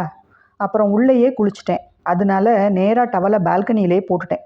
நல்ல வேலை, இல்லைன்னா பெட்ரூமும் நாரி இருக்கும் என்றவள் ஏதோ தோன்ற படுக்கையறைக்குள் நுழைந்து அங்கிருந்த குளியலறைக்கு சென்று பார்த்தாள். பார்த்தவள் அது இருந்த கோலத்தை கண்டு, அதானே, நல்லா இருந்துட்டாதானே ஆச்சரியம் என்றாள். மீண்டும் வந்து வரவேற்பறை நீளிருக்கையில் அமர்ந்தவள் அவனை பார்த்து கண்களில் வருத்தத்துடன், ஏன் நித்யன் இப்படி ஒரு சோம்பேறித்தனம்? ஆஃபீஸ் வேலை எதுவும் ரொம்ப இருந்துச்சா? வேகமாக அவள் அருகில் வந்து அமர்ந்தவன், ஆமாடா செல்லம், 2 நாளாக அந்த மேனேஜர் பனங்கா மண்டையன்ல இதை எடுத்து எனக்கு அனுப்பு, இந்த டாக்கை ப்ரிப்பேர் பண்ணி அனுப்புன்னு என்னை கொலையாக கொன்னுட்டான். அதான் நான் மற்ற எதையுமே கவனிக்கலை. நேற்று நைட்டு கூட நான் தூங்கும்போது 3 மணி தெரியுமா என வருத்தமான குரலில் விளம்ப ஒரு பெருமூச்சுடன் எழுந்தவள், சரி, ஒரு அரை மணி நேரத்தில் நான் எல்லாம் க்ளீன் பண்ணிடுறேன், எனக்கு கொஞ்சம் ஹெல்ப் மட்டும் பண்ணு. வித் ப்ளஷர்டா செல்லக்குட்டி. இந்த டவலை கொண்டு போய் வாஷிங் மிஷின் பக்கத்தில் போடு. அப்படியே பாத்ரூமில் இருக்கிற துணியெல்லாமும் கொண்டு வந்து போடு. முதல்ல அந்த சோப்பை எடுத்து பால்கனியில் வெயிலில் காயவை, குழ குழன்னு கிடக்கு. இந்தா இந்த கோலினை போட்டு அந்த டைனிங் டேபிளையும் டீப்பாயையும் தொட என அவனையும் வேலை வாங்கி கொண்டு தானும் சமையலறையில் கலைந்து கிடந்தவைகளை ஒழுங்குபடுத்தி சிங்கில் கிடந்த பாத்திரங்களை கழுவி கவிழ்த்தினாள். நீ யூஸ் பண்ணி இருக்கிற பாத்திரத்தை வச்சு ஒரு விருந்தே வச்சிடலாம் என நொடித்து கொண்டவள் ஒரு வழியாக எல்லாம் முடித்து வெந்நீரில் குளித்துவிட்டு வரவேற்பறையில் ரூம் ஸ்ப்ரேயையும் அடித்துவிட்டு நீளிருக்கையில் வந்து அமர்ந்தாள். அதற்குள் அவன் சொல்லியிருந்த உணவு வந்திருக்க இருவரும் உண்டுவிட்டு உறங்கச் சென்றனர். மறுநாளிலிருந்து அலுவலகம் செல்லத் தொடங்கினர். காலையில் இருவரும் சேர்ந்து எளிமையாக காலை உணவு எதையாவது முடித்து கொண்டு அலுவலகம் சென்றார்களானால் மதிய உணவு அங்கேயே உண்டு விடுவார்கள். 11 மணியளவில் வேலையாள் வந்து தன்னிடம் உள்ள சாவி கொண்டு திறந்து வேலையெல்லாம் முடித்து வைத்துவிட்டு சென்று விடுவார். மாலை வீடு திரும்புபவர்கள் அலுப்பாக இல்லையென்றால் ஏதாவது சமைத்து உண்பது, இல்லையென்றால் உணவகத்தில் ஆர்டர் செய்துவிட்டு அலுவலக வேலையை பார்ப்பது. இரவு கெஞ்சலும் கொஞ்சலுமாக தாகமும் மோகமுமாக கணவன் மனைவியாக உறங்கி எழுவார்கள். சின்ன சின்ன உரசல்கள் எழாமல் போகவில்லை. முக்கியமான பிரச்சனையாக எழுந்தது என்னவென்றால் நித்யனின் சோம்பேறித்தனம். அன்று வேலை இருந்தது என்று அவன் சொன்னது சும்மா சாக்கு என்பதை கூடிய விரைவிலேயே நித்திலா புரிந்து கொண்டாள். அடுத்தடுத்து வந்த நாட்களில் வாலையை மெத்தையில் போடுவது, எடுக்கும் பொருட்களை கைமறதியாக வேறு எங்காவது வைத்து விடுவது, அலுவலகம் விட்டு வந்தவுடன் உடைகளை கழற்றி அப்படியே வரவேற்பறை சோஃபாவில் போடுவது என அவன் செய்ததையெல்லாம் பார்த்து பார்த்து நொந்து போனாள் அவள். இப்படி செய்யாதே எனச் சொல்லச் சென்றால் ஏதாவது சில்மிஷம் செய்து அவள் கன்னத்தில் முத்தமிட்டு தாடையை பிடித்து கெஞ்சி கொஞ்சி என ஏதாவது செய்து அப்போதைக்கு தப்பித்து கொள்வான்.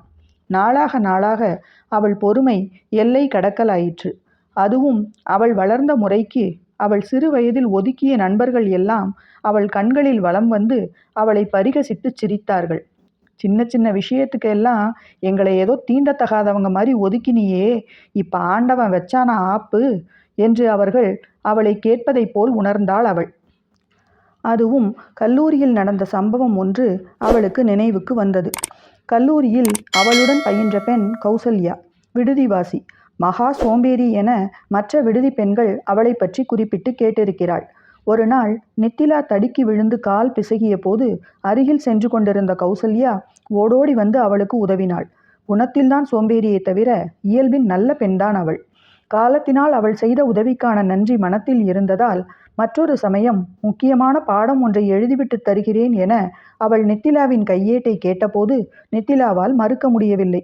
ஆனாலும் பொதுவாக அவளை பற்றி கேள்விப்பட்டிருந்த காரணத்தால் பல முறை எச்சரித்தே தன் கையேட்டை அவளுக்கு கொடுத்தாள்.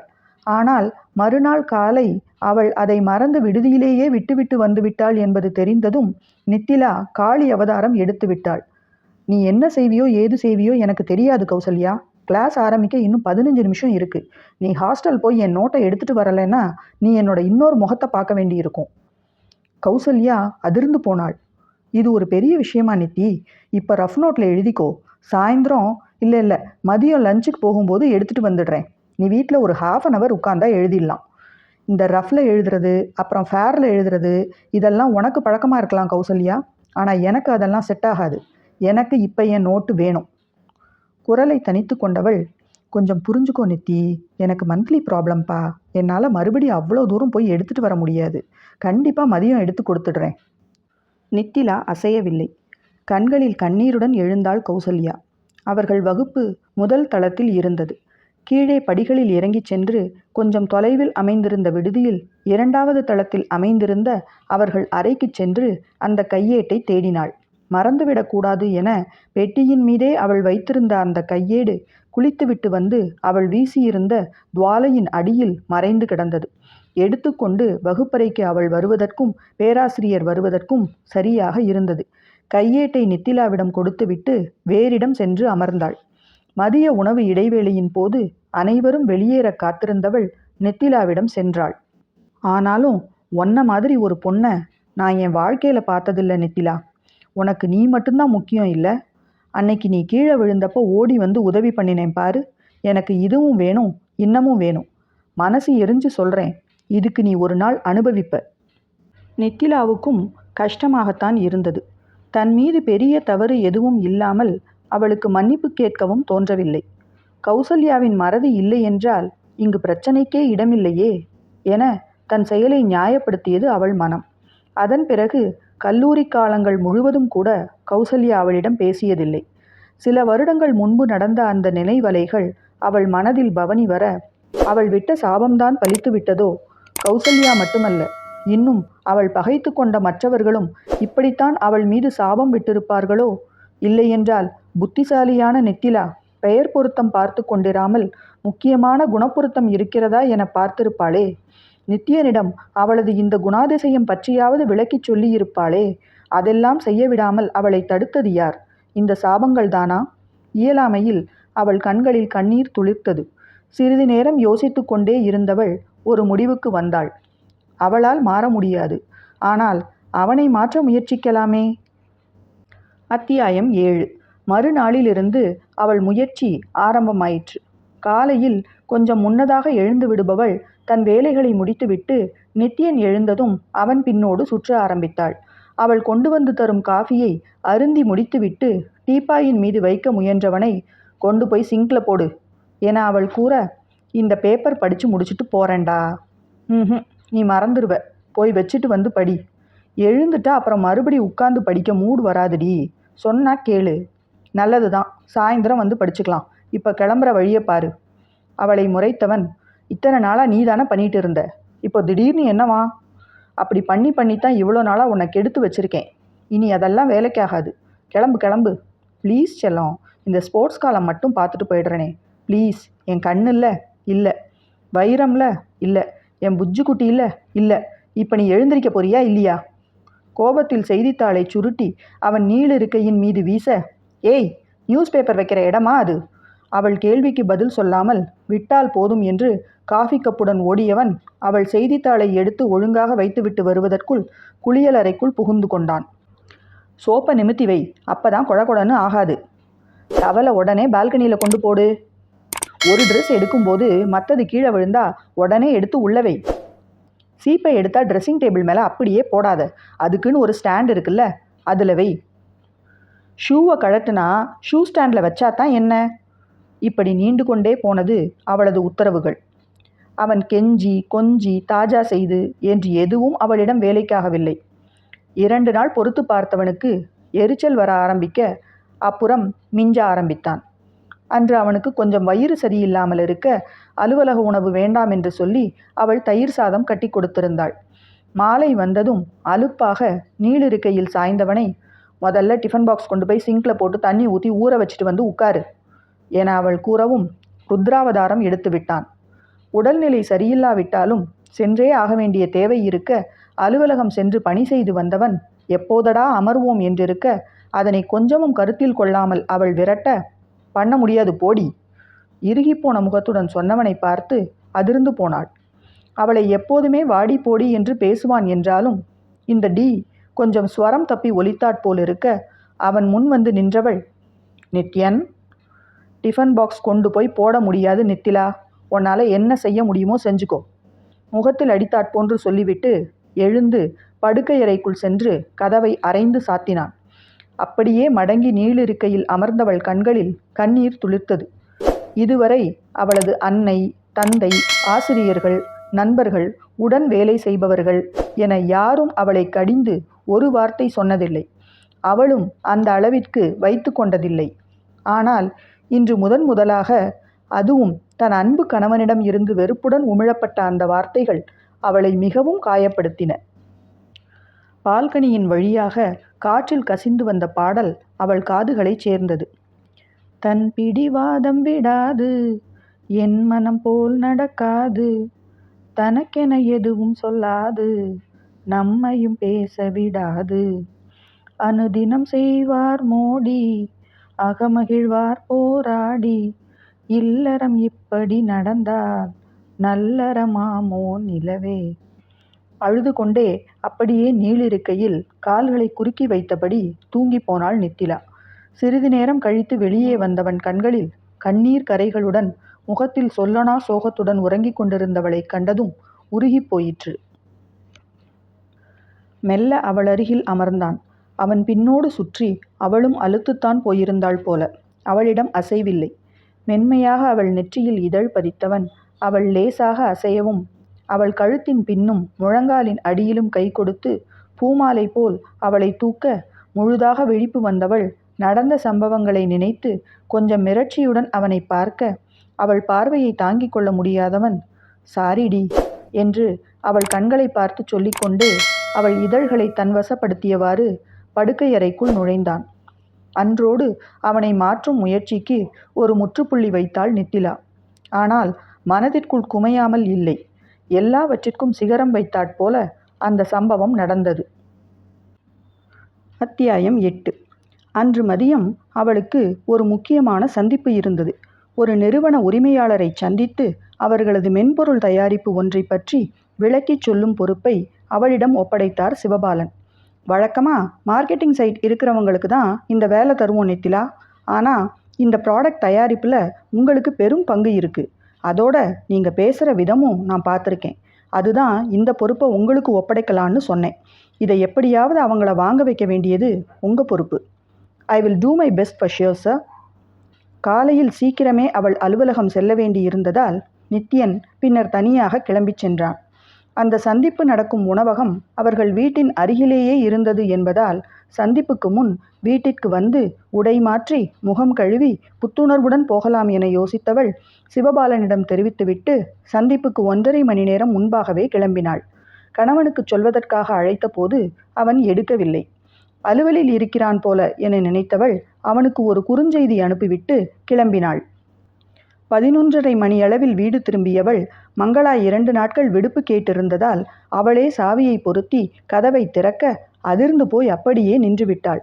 வீடு சூறையாடப்பட்டது போல் காட்சியளித்தது. காகிதங்களும் துணிகளும் ஆங்காங்கே இறைந்து கிடக்க, மேஜை இழுப்பறைகள் கூட கழற்றி போடப்பட்டு இருந்தன.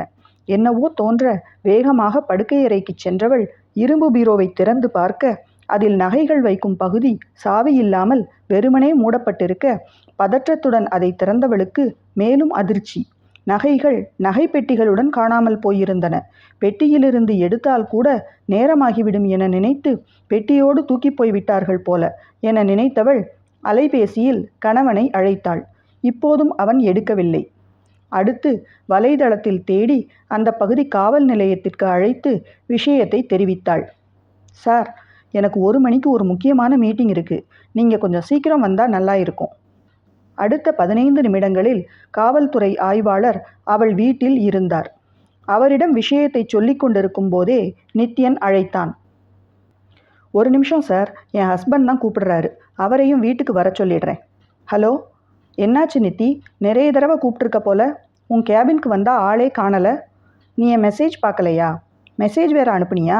நான் பார்க்கல. முக்கியமான இன்னொரு காலில் இருந்தேன். அது முடித்ததும் தான் பார்த்தேன். நிறைய மிஸ்டு கால்ஸ் உன்ட்ட இருந்து. உடனே கூப்பிட்டுட்டேன். அப்படி என்ன தலை போகிற காரியம்? தலை போகிற காரியம்தான். நம்ம வீட்டில் யாரோ திருடங்க புகுந்து நகைகளெல்லாம் தூக்கிட்டு போயிட்டாங்க. வாட்? ஆமாப்பா. அவனிடம் நடந்ததை சுருக்கமாக விவரித்தாள். அதை கேட்டவன் இன்ஸ்பெக்டரிடம் ஃபோனை கொடுக்கச் சொன்னான். அவர் அவனிடம் பேசி முடித்துவிட்டு அவளை மேலும் கீழும் பார்த்தார். சரிம்மா, அப்போ நான் கிளம்புறேன். சார், என்ன கிளம்புறேன்னு சொல்கிறீங்க? உங்கள் ஹஸ்பண்ட் ஒன்றும் சொல்லலையா? நகையெல்லாம் வீட்டில் தான் இருக்குதாம். அவர் வந்து எடுத்து கொடுக்குறாராம். என்னை கிளம்ப சொன்னார். சிரமத்துக்கு மன்னிக்கணும்னு கேட்டுக்கிட்டாரு. ஏம்மா, வீட்டில் நகை இருக்கா இல்லையான்னு பார்க்காம கூடயா போலீஸ்க்கு ஃபோன் பண்ணுவீங்க? இதில் மீட்டிங் இருக்குது, சீக்கிரம் வான்னு வேற. எங்களை வேலை வெட்டி இல்லாதவங்கன்னு நினச்சிங்களா? இன்னொரு தரம் இப்படி ஏதாவது கால் பண்ணுங்க, அப்போ தெரியும் சேதி. படித்தவங்களா இருந்துட்டு இப்படி கொஞ்சம் கூட முன் யோசனை இல்லாமல் நடந்துக்கிறீங்களே. அவர் பேசியதில் அவள் மறந்து போயிருந்த மீட்டிங் நினைவுக்கு வர, ஆனால் அதை பற்றி மேலும் நினைக்க விடாமல் அவர் பேசிய பேச்சு அவளை குன்றி குறுக வைக்க, கண்களில் இப்போதோ அப்போதோ என்பது போல் நீர் தழும்பலாயிற்று. இன்னும் என்ன என்ன பேசியிருப்பாரோ. அவள் கண்களில் நீரை பார்த்ததும் கொஞ்சம் அமைதியானார். போங்கம்மா, போய் ஆக வேண்டியதை பாருங்க என்று விட்டு அவர் வெளியேற, அடுத்த 5வது நிமிடத்தில் வந்து நின்றான் நித்யன். இறுகி போய் நின்றிருந்தவள் அவன் முகத்தை ஏறிட்டு கூட பார்க்கவில்லை. நகையெல்லாம் எங்கே இருக்குது? அவனும் எதுவும் பேசாமல் அவளை அழைத்து சென்று படுக்கை அறையில் படுக்கைக்கு அடியில் இருக்கும் கம்பார்ட்மெண்ட்டில் தலையணைக்கு அடியில் மொத்தமாக பெட்டிகளோடு போட்டு வைத்திருந்த நகைகளை காட்டினான். நித்திமா, அது வந்து என்ன நடந்துச்சுன்னா, நான் மீட்டிங் போயிட்டு வந்து பேசிக்கிறேன். அவள் அவசர அவசரமாக உடை மாற்றி கிளம்பின போது தயாளனும் வேணியும் வந்தார்கள். ஓ, உங்களுக்கும் சொல்லிட்டாரா அவங்க மாப்பிள்ளை?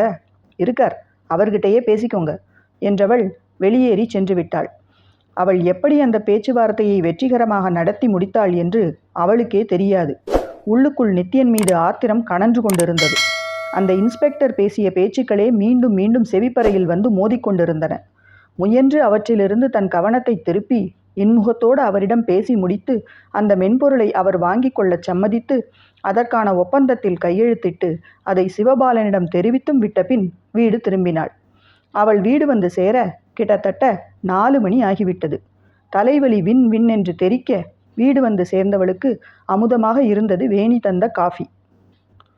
பால்கனியில் நின்றபடி காஃபியை அருந்திக் கொண்டே பெற்றோரிடம் பேசிக் கொண்டிருந்தவள் மறந்தும் அன்று நடந்த விஷயம் பற்றி வாயை திறக்கவில்லை. அதேபோல் நீளிருக்கையில் அமர்ந்திருந்த கணவன் புறம் திரும்பவும் இல்லை. தயாளனும் வேணியும் விடைபெறும் வேளையில், நித்திமா, மாப்பிள்ள கையுயர்த்தி அவர் பேசுவதை தடுத்தவள், நான் பார்த்துக்கிறேன்ப்பா என்றவள் அவர்கள் செல்லவும் நீளிருக்கையில் அமர்ந்து பாடல்கள் இருக்கும் அலைவரிசையை போட்டு பார்க்கலானாள். கொஞ்சம் தள்ளி அமர்ந்திருந்த நித்யன் அவள் அருகில் வந்து அமர்ந்தான். அவள் கையை எடுத்து தன் கைக்குள் வைத்து கொண்டவன், நித்தி என ஆரம்பிக்க அவள் ரிமோட்டில் தொலைக்காட்சி சத்தத்தை கூட்டினாள். அவனுக்கு முகத்தில் அறை வாங்கியது போல் இருந்த போதும் தவறு அவன் பக்கம் என்பதால் அவன் மீண்டும் மீண்டும் பேச முயற்சிக்க அவள் சத்தத்தை அதிகரித்து கொண்டே இருந்தாள். அவள் கோபம் புரிந்துவிட அப்போதைக்கு அவளை சமாதானப்படுத்தும் முயற்சியை கைவிட்டு படுக்கையறைக்குள் சென்றான். 7 மணி அளவில் அவன் வெளியே வந்து பார்த்தபோது அவள் சமையலறையில் வேலையாக இருந்தாள். மெல்ல அவள் பின்னால் சென்றவன் அவளை பின்னிருந்து அணைத்தான். அவள் உடல் எக்கு நான் போல் விரைத்ததை உணர்ந்தவன் சட்டென்று அவளை விடுவித்தான். என்கிட்ட பேச மாட்டியா நித்தி? அவனுக்கு பதில் சொல்லாமல் சமைத்து வைத்திருந்த உணவு வகைகளை உணவு மேஜையில் கொண்டு வந்து அடுக்கியவள் ஒரு தட்டில் தனக்கான உணவை போட்டுக்கொண்டு மறுபடி சென்று தொலைக்காட்சியை உயிர்ப்பித்தாள். அவனால் அவளை நெருங்கக்கூட முடியவில்லை. ஒரு பெருமூச்சுடன் எழுந்து சென்றவன் தனக்கான உணவை போட்டுக்கொண்டு அமைதியாக உண்டு முடித்துவிட்டு சென்று படுத்து விட்டான். கொஞ்ச நேரத்திலேயே அந்த பக்கம் அவளும் படுப்பது தெரிந்தாலும் அவன் அவளை நெருங்க எந்த முயற்சியும் செய்யவில்லை. அவள் கோபம் தணியட்டும் என அமைதியாக இருந்தான். திருமணமான நாள் முதலாக அந்த அறையில் படுக்கையில் அவர்களிடையே முதலாக உருவாகி இருந்தது அந்த இடைவெளி. அந்த இடைவெளி தொடருமா என்பது காலத்தின் கையில் அல்ல, நித்திலாவின் கையில் இருக்கிறது. லக்ஷனா, தாரிணி, கௌசல்யாவின் வரிசையில் நித்யனும் சேர்ந்து விடுவானா என பொறுத்திருந்துதான் பார்க்க வேண்டும். அத்தியாயம் 9. காயத்ரியின் மருத்துவமனை. 8 மாத வயிற்றுடன் நோயாளிகளை பரிசோதித்து கொண்டிருந்தவளின் அலைபேசி சினுங்கியது. நித்திலாவின் எண்ணை பார்த்ததும் ஆவலாக எடுத்தாள். காயு, உன்னை எப்போ பார்க்கலாம்? தோழி ஏதோ அவசரத்தில் இருப்பது புரிந்து, கிளினிக்கில் தான் இருக்கேன், இப்போ வேணாலும் வா. சரி, ஒரு 15 மினிட்ஸில் அங்கே இருப்பேன். சொன்னது போலவே 15 நிமிடங்கள் கழித்து வந்த தோழியின் முகத்தில் இருந்த சோகத்தை கண்டவள் அவளுக்கு பழச்சாறு வரவழைத்தாள். வந்ததும், முதல்ல இதை குடி. ஏன் இப்படி அலுப்பு தெரியுது முகத்தில்? அவள் குடித்து முடிக்கவும், இப்போ சொல்லு, என்ன பிரச்சனை? திருமணத்திற்கு முன்பு நடந்ததில் ஆரம்பித்து முதல் நாள் விஷயம் வரை அனைத்தையும் சொல்லி முடித்தாள் நித்திலா. கல்யாணத்துக்கு முன்னால் இப்படி செய்திருக்கலாம், அப்படி செய்திருக்கலாம்லாம் விட்டுடுவோம். இப்போ இந்த பிரச்சனைக்கு என்ன சொல்யூஷன், அதை மட்டும் பார்ப்போம். என்ன சொல்யூஷன்?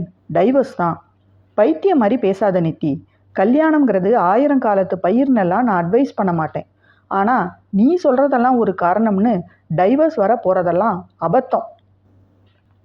எது அபத்தம்? உனக்கு என்னை பற்றி தெரியாதா? ஏன் நீயே அப்படிப்பட்டவ தானே? உன் கணவர் இப்படி இருந்தால் உனக்கு தெரியும். அண்ணா பொறுப்பானவங்களாக இருக்க போய் நீ பேசுகிற. யாரு? உங்கள் அண்ணன் ரொம்ப பொறுப்பு தான்.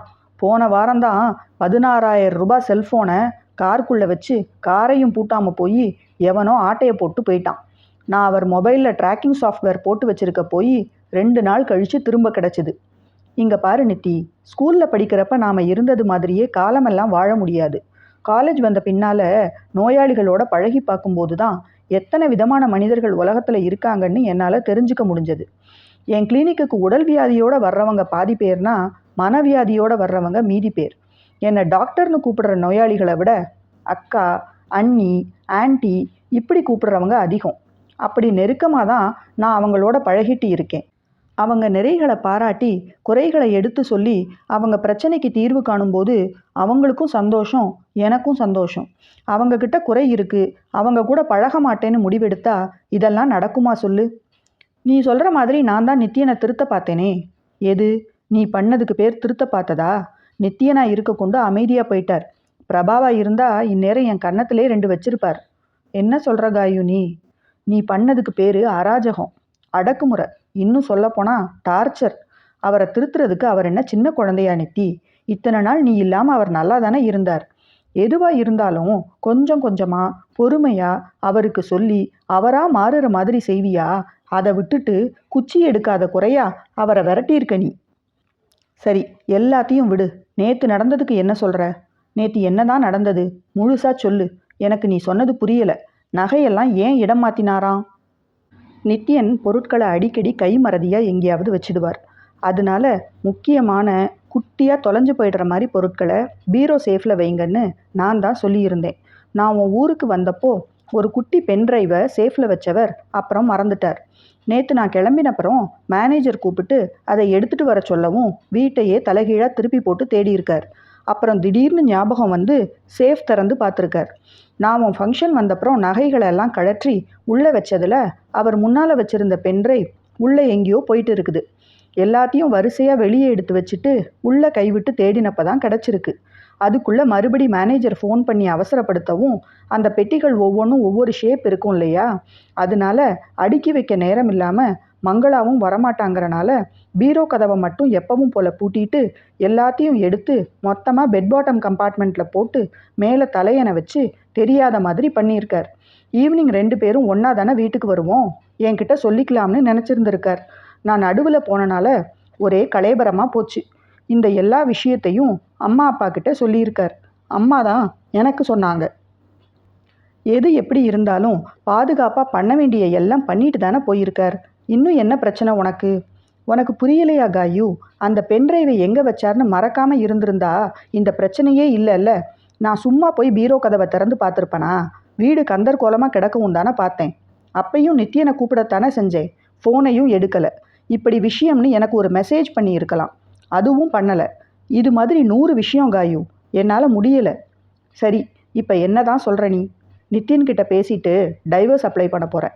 அவர் உன்னை விடுவாருங்கிறியா? விட்டு தான் ஆகணும். இந்த மென்டல் டார்ச்சர் என்னால் தாங்க முடியலை. உங்களுக்கு கல்யாணம் ஆகி எவ்வளோ நாள் ஆகுது? 1.5 மாதம். 1.5 மாதத்துக்கெல்லாம் டைவர்ஸ் தர மாட்டாங்க. எனக்கு தெரிஞ்ச வக்கீல் நம்பர் இருக்குது, தரேன், வேணா பேசிப்பாரு.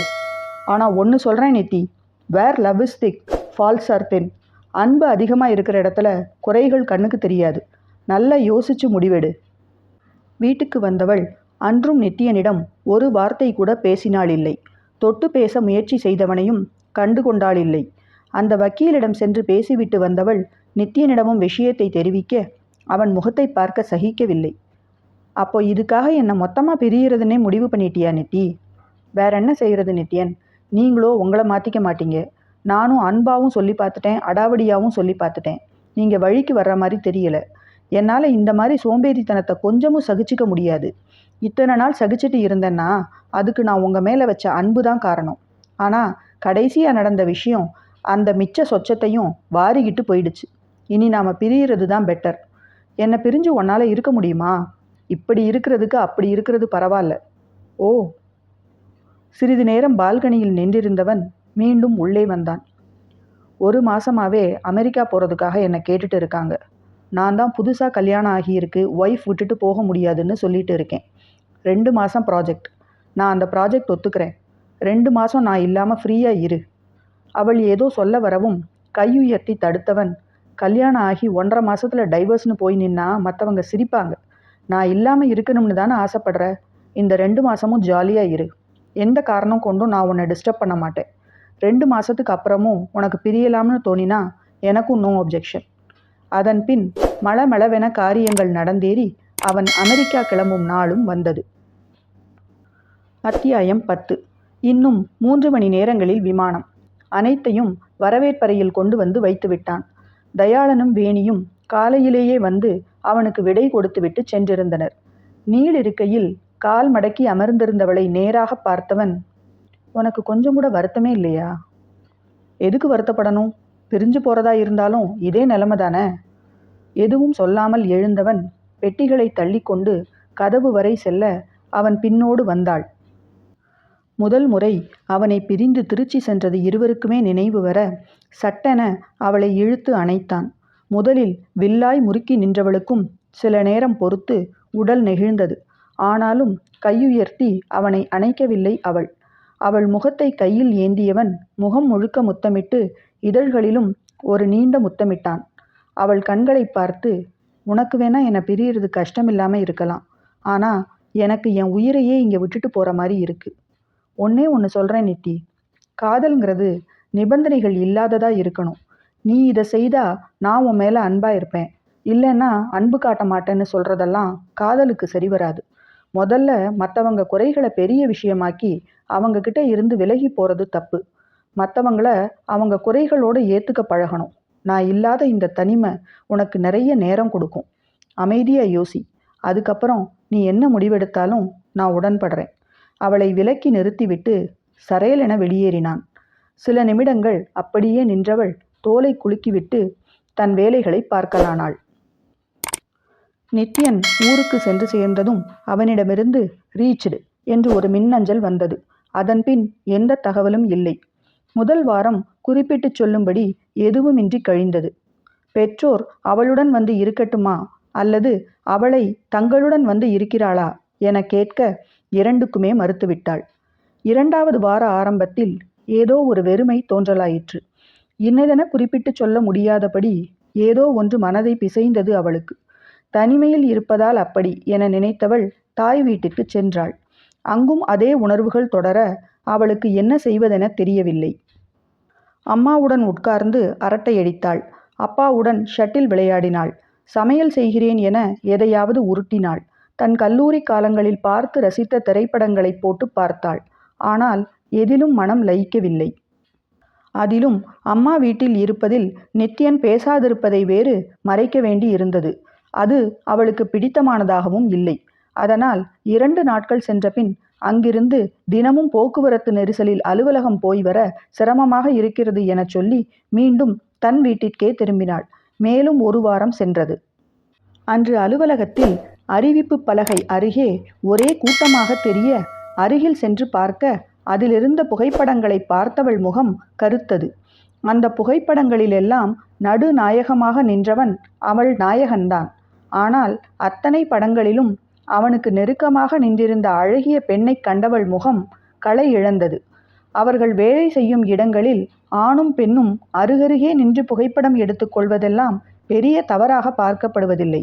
ஆனால் அங்கு போடப்பட்டிருந்த 5 புகைப்படங்களிலும் பலர் இருந்தாலும் அவள் மட்டுமே அவன் அருகே நின்றதும் அவன் தோளில் அவள் உரிமையாய் கை போட்டிருந்ததும் தான் அவளுக்கு உறுத்தலாக இருந்தது.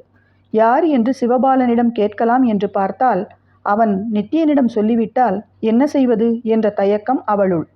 அந்த புகைப்படத்தில் இருப்பவள் இந்திய பெண் அல்ல, அந்த நாட்டைச் சேர்ந்தவளாக இருக்கலாம். தெரிந்து கொள்ளாமல் தலை வெடித்துவிடும் உணர்வு அவளுக்கு. யோசித்து கொண்டே இருந்தவள் திடுமென நிமிர்ந்து அமர்ந்தாள். நான் ஏன் இதையெல்லாம் யோசிக்க வேண்டும்? பிரிவதென முடிவு செய்துவிட்ட பின் இதென்ன சின்ன புத்தி? அவள் என்ன வைக்கோல் போர் நாயா? அவளும் அனுபவிக்காமல் மற்றவரையும் அனுபவிக்க விடாமல் செய்வதற்கு. ஆனால் உயிரை பிரிவது போல் இருக்கிறது என்றெல்லாம் கதையளந்தவன் இத்தனை சீக்கிரம் இப்படி மாறிவிட்டதுதான் அவளுக்கு கஷ்டமாக இருந்தது. அந்த வாரம் முழுவதும் அவளுக்கு இந்த நினைவுகள் இம்சையை கொடுத்தன. அந்த வார இறுதியில் வீட்டுக்குள் நுழைந்தவளுக்கு ஹோ என்று வந்தது. பெரும் குரல் எடுத்து அழவேண்டும் போல் பாரம் மனதை அழுத்தியது. கைப்பையை தூக்கி நீளிருக்கையின் மீது எறிந்தவள் அப்படியே படுத்துவிட்டாள். மனதில் நித்யனுடன் 1.5 மாதங்கள் வாழ்ந்த வாழ்க்கை சம்பவங்கள் உலா வந்தன. காரில் வரும்போது அவளுக்கு அன்று வேலை அதிகம் என்று சொல்லிவிட்டால் போதும். வந்தவுடன் அவள் கால்களை மடியில் எடுத்து வைத்து கொண்டு இதமாக பிடிக்க தொடங்கி விடுவான். தலைவலிக்கிறது என்று சொல்லியிருந்தால் உடனே சுட சுட காஃபி போட்டு கொண்டு வந்து கொடுத்து தலைவலி தைலத்தை எடுத்து வந்து இதமாக நெற்றி பொட்டுக்களில் தடவி விடுவான். அவனை பற்றி சோம்பேறித்தனம் தவிர கெட்டதாக வேறு என்ன சொல்லிவிட முடியும் என யோசித்தவளுக்கு உண்மையிலேயே விடை 0தான். இந்த ஒரு பழக்கத்தை மட்டும் தான் பொறுத்து கொண்டால் என்ன? இல்லையே, முடியவில்லையே. பொறுத்து கொள்ள முடியாததால் தானே இத்தனை தொல்லையும். காயத்ரி சொன்னது போல் அவள் அன்பில் பிழை இருக்கிறதோ? அதனால்தான் அவன் குறைகள் அவளுக்கு பெரிதாக தெரிகின்றனவோ? உண்மையில் காயத்ரி சொன்ன வக்கீலிடம் அவள் சென்றபோது அவர் அவளை பைத்தியம் என முத்திரை குத்தாத குறைதான். பின்னே அடிக்கிறானா? செக்ஸ் டார்ச்சரா? வெர்பல் டார்ச்சரா? வேறு பெண்களுடன் தொடர்பா? பால்வினை நோய் ஏதாவது இருக்கிறதா? ஆண்மை இல்லாதவனா என சரமாரியாக அவர் கேள்வி கேட்க அவளால் பதில் சொல்லவே முடியவில்லை. கடைசியில் ஒருவாறு அவள் பிரச்சனையை சொல்லி முடிக்க அவர் பார்த்த ஏளன பார்வை இன்னும் அவள் மனதிலேயே இருக்கிறது. இறுதியில் சட்டப்படி என்னென்ன செய்ய வேண்டும் என்பவற்றை மட்டும் கேட்டுக்கொண்டு விட்டால் போதும் என ஓடி வந்து விட்டாள். நீண்ட பெருமூச்சை விட்டவளுக்கு என்ன செய்வதென புரியவில்லை. கணவனை காண வேண்டும், அவன் கைகளுக்குள் அடைக்கலமாகி ஆறுதல் தேட வேண்டும் என தோன்றுகிறது. ஆனால் அவனை பிரிவதற்கு அவள் சொன்ன பிரச்சனைகள் அப்படியேதான் இருக்கின்றன. என்னை மாற்றிக்கொள்கிறேன் என அவனும் சொல்லவில்லை, அது நடக்கும் என அவளுக்கும் தோன்றவில்லை. அடுத்து வந்த 2 நாட்களும் 2 யுகங்களாக கழிய திங்களன்று காலை அவளுக்கு அலுவலகத்தில் ஒரு நல்ல செய்தி காத்திருந்தது. அத்தியாயம் 11. திங்களன்று காலை அலுவலகம் சென்றவள் நேராக சிவபாலனிடம் சென்று நின்றாள். நித்யன் எப்படி இருக்கிறான்? அவனை தொடர்பு கொள்ள என்ன வழி என கேட்கத்தான் அவள் சென்றது. ஆனால் தலையை பிடித்து கொண்டு கவலை தோய்ந்த முகமாக அமர்ந்திருந்த சிவபாலனை கண்டதும் தன் கவலைகளை மறந்து, என்னாச்சு சார் என கரிசனையாக கேட்டாள். வாங்க நித்திலா, உட்காருங்க. என்னாச்சுன்னா கேட்டீங்க? எல்லாம் உங்கள் ஹஸ்பண்ட் ப்ராஜெக்ட் பிரச்சனை தான். என்ன பிரச்சனை சார்? நித்யன் கிளம்பி போனப்ப 2 மாசத்துல வேலையை முடிச்சு கொடுத்தா போதும்னு தான் சொன்னாங்க. ஆனால் இப்போ இந்த மந்த் எண்டுக்குள்ளே முடிக்கணும்னு அவசரப்படுத்துகிறாங்களாம். அது முடியாதா சார்? முடியும்னு தான் சொல்கிறான் நித்யன். ஆனால் ஹெல்ப்புக்கு யாரையாவது அங்கே வர சொல்கிறான். அவன் ப்ரொடக்டிவ் ஒர்க் மட்டும் பண்ணிட்டு மற்ற வேலையெல்லாம் யாராவது கூட இருந்து பண்ணினா மேக்ஸிமம் நெக்ஸ்ட் மந்த்து ஸ்டார்டிங், முடிஞ்சா இந்த மந்த் எண்டுலேயே கூட முடிச்சிட முடியும்னு சொல்கிறான். ஆனால் இங்கே இருந்து போகத்தான் யாரும் தயாராக இல்லை. எல்லாரும் ஹஸ்பண்ட்க்கு ஃப்ராக்சர், ஒய்ஃப்க்கு டெலிவரி, கல்யாணம் அடுத்த வாரம், இப்படி காரணம் தான் சொல்கிறாங்களே ஒழிய கிளம்ப தயாராக இல்லை. அதான் என்ன பண்ணன்னு தெரியாமல் குழம்பி போய் உட்கார்ந்துருக்கேன். சிவபாலன் பேசிக்கொண்டிருக்கும் போதே அந்த எண்ணம் அவள் மனதில் உதயமாகி இருந்தது. நான் வேணா போகிறேனே சார். நீங்களா? நிஜமாவா? Yes sir. நித்யன் வரதுக்கு முன்னால் ஆரம்பத்தில் இந்த ப்ராஜெக்ட் ஸ்டார்ட் பண்ணப்போ நான் இந்த டீமில் இருந்தேன் சார். அதுக்கப்புறம் தான் நீங்கள் ப்ரமோட் பண்ணி இப்போ இருக்கிற டீமில் இருக்கேன். ஸோ பேசிக் தெரியும். மிச்சம் நித்யன்கிட்ட கேட்டுக்கிறேன். அதுவும் இல்லாமல் நீங்கள் பேக்கப் ஒர்க் பார்க்கணும்னு தானே சொல்கிறீங்க. I can do sir, no problem. Super Nithila, ஈஸியாக இதுக்கு சொல்யூஷன் சொல்லிட்டீங்க. நான் நித்யன்கிட்டையும் சொல்லி எல்லா ஏற்பாட்டையும் பண்ணுறேன். நீங்களும் கிளம்புறதுக்கு வேண்டிய ஏற்பாடுகளை பண்ணிக்கோங்க. மேக்ஸிமம் ஒரு 10 to 15 டேஸ் இருக்கிற மாதிரி இருக்கலாம். அதுக்குள்ளேயே கண்டிப்பாக முடிஞ்சிடும். இங்கே உங்கள் ஒர்க்ஸையும் ப்ராப்பராக யார்கிட்டையாவது ஹேண்ட் ஓவர் பண்ணிடுங்க. Thank you for your cooperation. நாட்கள் பரபரப்புடன் நகர ஒரு வழியாக எல்லா விஷயங்களும் முடிந்து அமெரிக்காவிற்கு வந்து சேர்ந்தாள். அத்தியாயம் 12. விமான நிலையத்தில் இறங்கும்போது மிகுந்த மனச்சோர்வுடன் தான் இருந்தாள். அவள் வரப்போகிறாள் என தெரிந்தும் நித்யன் அலைபேசியில் அவளை அழைத்து பேசவில்லை. எல்லா விவரங்களும் சிவபாலன் மூலமாகவே தெரிய வந்தது அவளுக்கு. தன் உடைமைகளை கன்வேயர் பெல்ட்டிலிருந்து எடுத்து கொண்டிருந்தவள் ஹாய் நித்திலா என தன் பின் கேட்ட கணவனின் குரலில் தூக்கி வாரி போட்டு திரும்பினாள். அவள் நித்யன்தான் நின்றிருந்தான். இள மஞ்சள் நிற டிஷர்ட், நீல நிற ஜீன்ஸில் கண்களில் குளிர் கண்ணாடியுடன் ஆண் அழகனாக அவள் முன் நின்றிருந்தவனைக் கண்டதும் பேச்சு வராமல் நாக்கு மேலெண்ணத்தில் போய் ஒட்டி கொண்டது.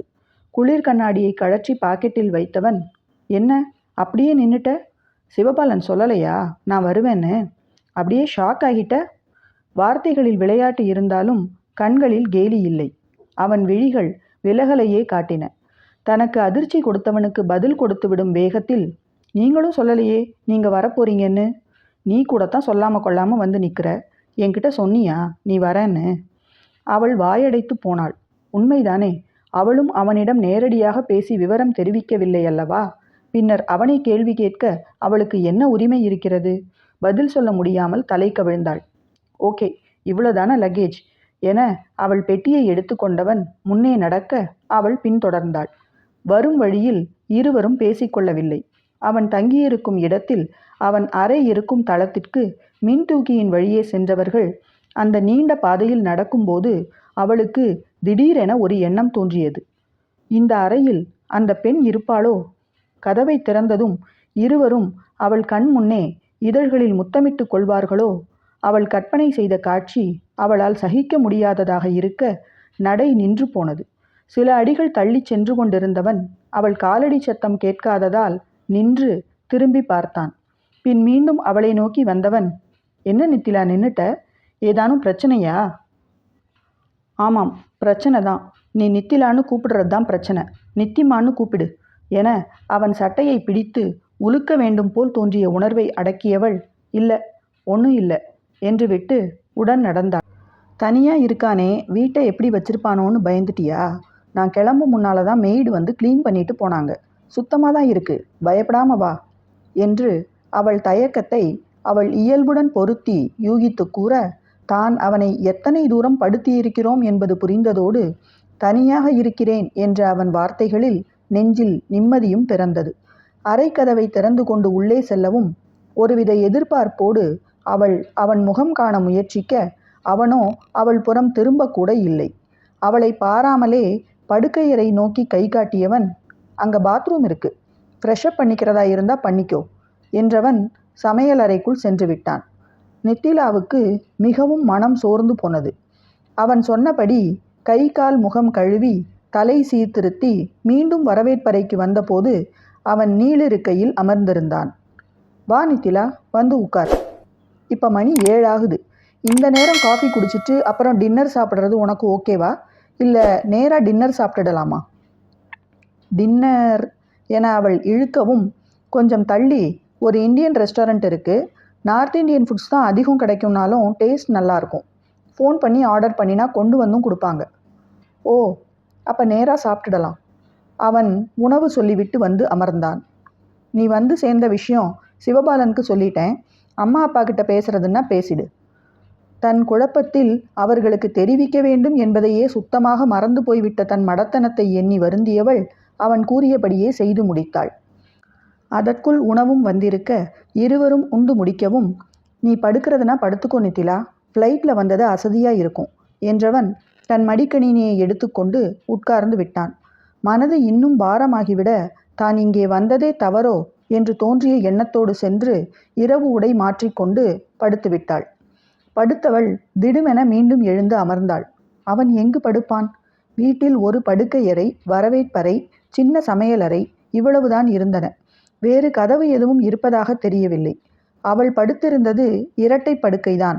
ஒருவேளை அவனும் அங்கேதான் வந்து படுப்பானோ என்ற எதிர்பார்ப்புடன் செருகிய விழிகளை சிரமப்பட்டு பிரித்து வைக்க முயன்று கொண்டிருந்தவள் ஒரு கட்டத்தில் களைப்பும் இத்தனை நாட்கள் நிம்மதியாக தூங்காத அசதியும் சேர்ந்து கொள்ள நித்திரையில் ஆழ்ந்தாள். நள்ளிரவில் திடுமென விழித்து கொண்டவள் இடம் பொருள் புரியாமல் சுற்றுமுற்றும் பார்த்தாள். விடி விளக்கின் ஒளியில் கண்கள் பழகவும் இருக்குமிடம் புலப்பட படுக்கை அடுத்த பக்கம் வெறுமையாக இருப்பதைக் கண்டவள் கணவனை தேடிச் சென்றாள்.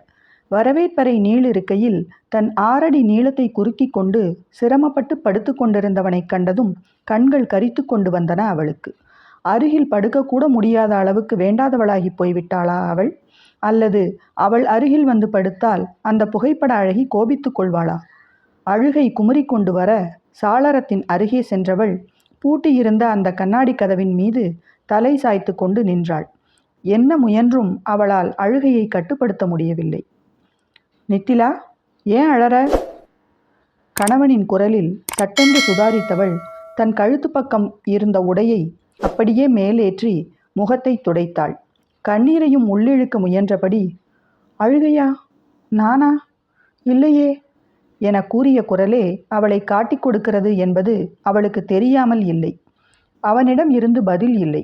சில வினாடிகள் அமைதியாக இருந்தவள் அவன் போய்விட்டான் என நினைத்து திரும்ப அந்த தூணின் மீது ஒரு கால் மடக்கி சாய்ந்து நின்று கைகளை மார்புக்கு குறுக்காக கட்டியவாறு அவளைத்தான் பார்த்து கொண்டிருந்தான் அவன்.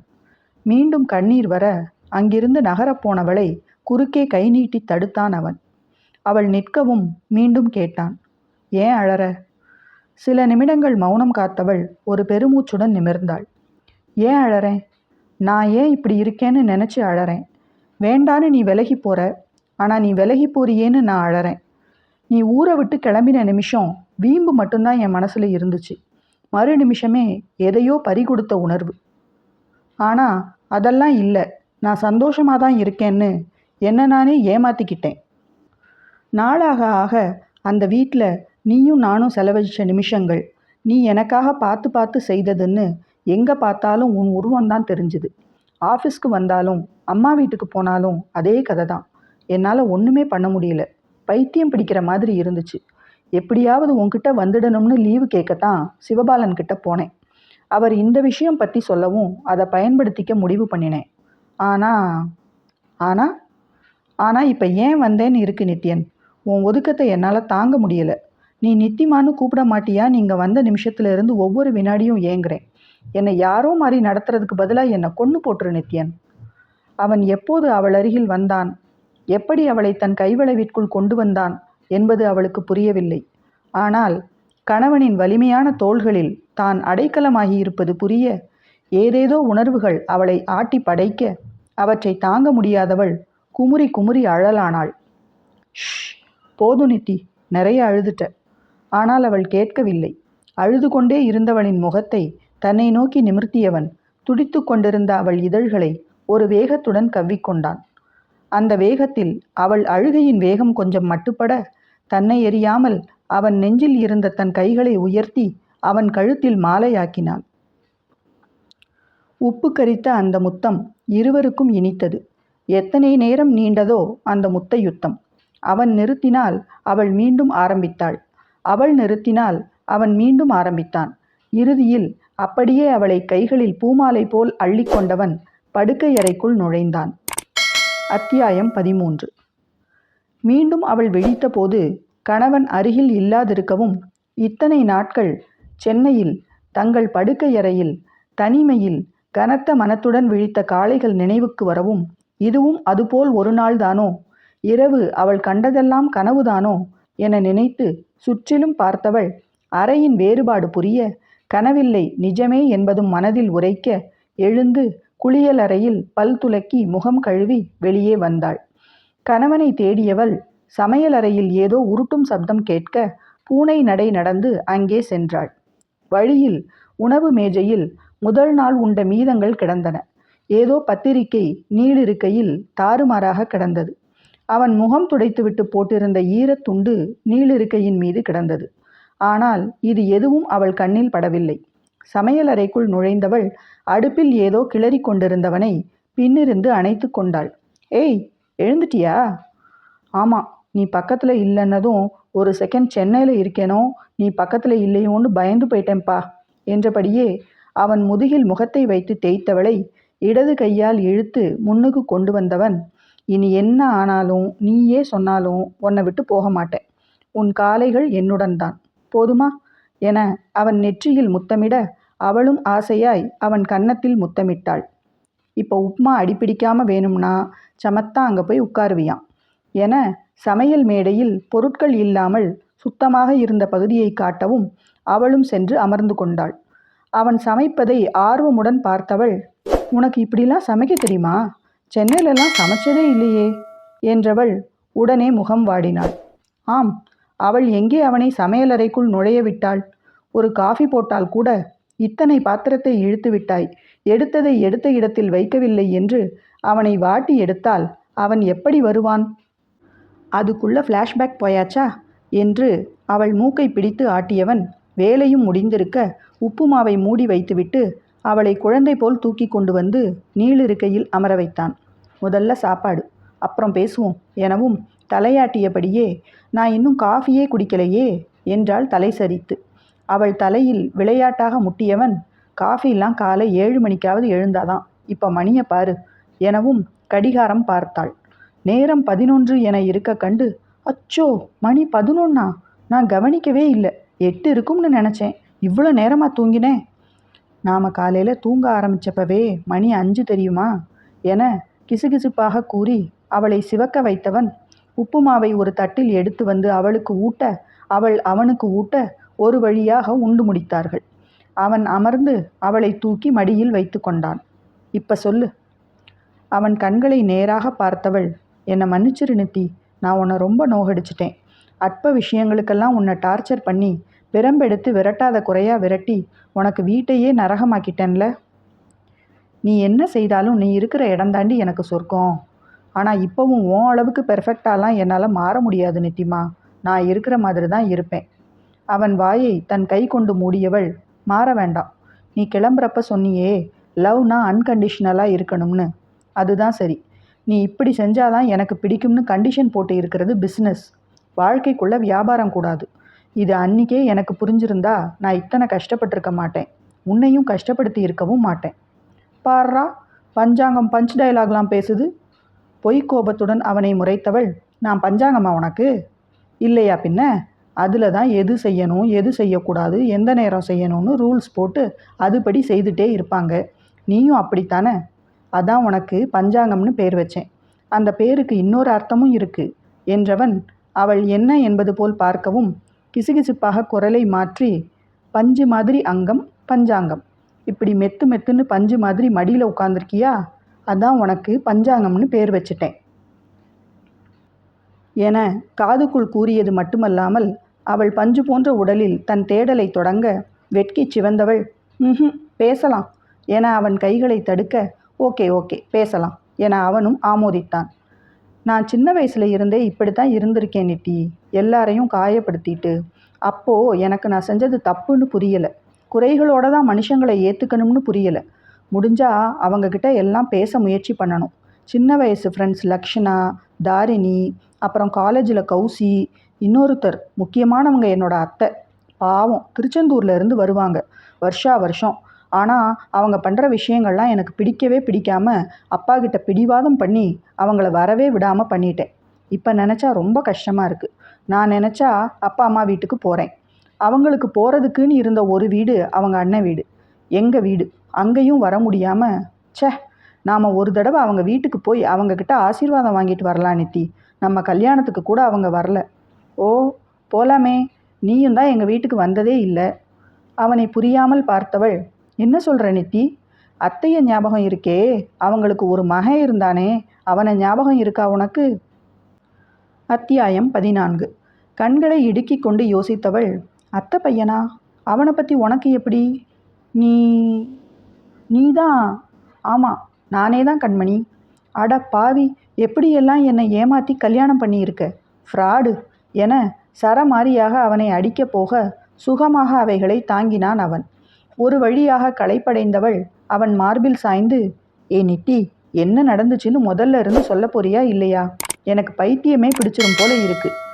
அவள் கைகளுடன் தன் கைகளை பின்னி கொண்டவன், ஒரு தடவை சென்னையில் ஒரு கல்யாணத்துக்காக எங்கள் அம்மா ஒரு வாரம் முன்னாடி சென்னை வந்துட்டாங்க. நானும் அப்பாவும் கல்யாணத்தன்னைக்கு காலையில் வந்தோம். கல்யாணம் முடிஞ்சு உங்கள் வீட்டுக்கு வந்துட்டு கிளம்புறதுக்காக வந்தப்போ தான் உன்னை முதல்ல பார்த்தேன். Baby pink colour oval neck shirt, light blue jeans, கையில் ஷட்டில் ராக்கெட். நீ வீட்டுக்குள்ளே நுழைஞ்சதும் மடமடன்னு மாடிக்கு ஏறிட்ட.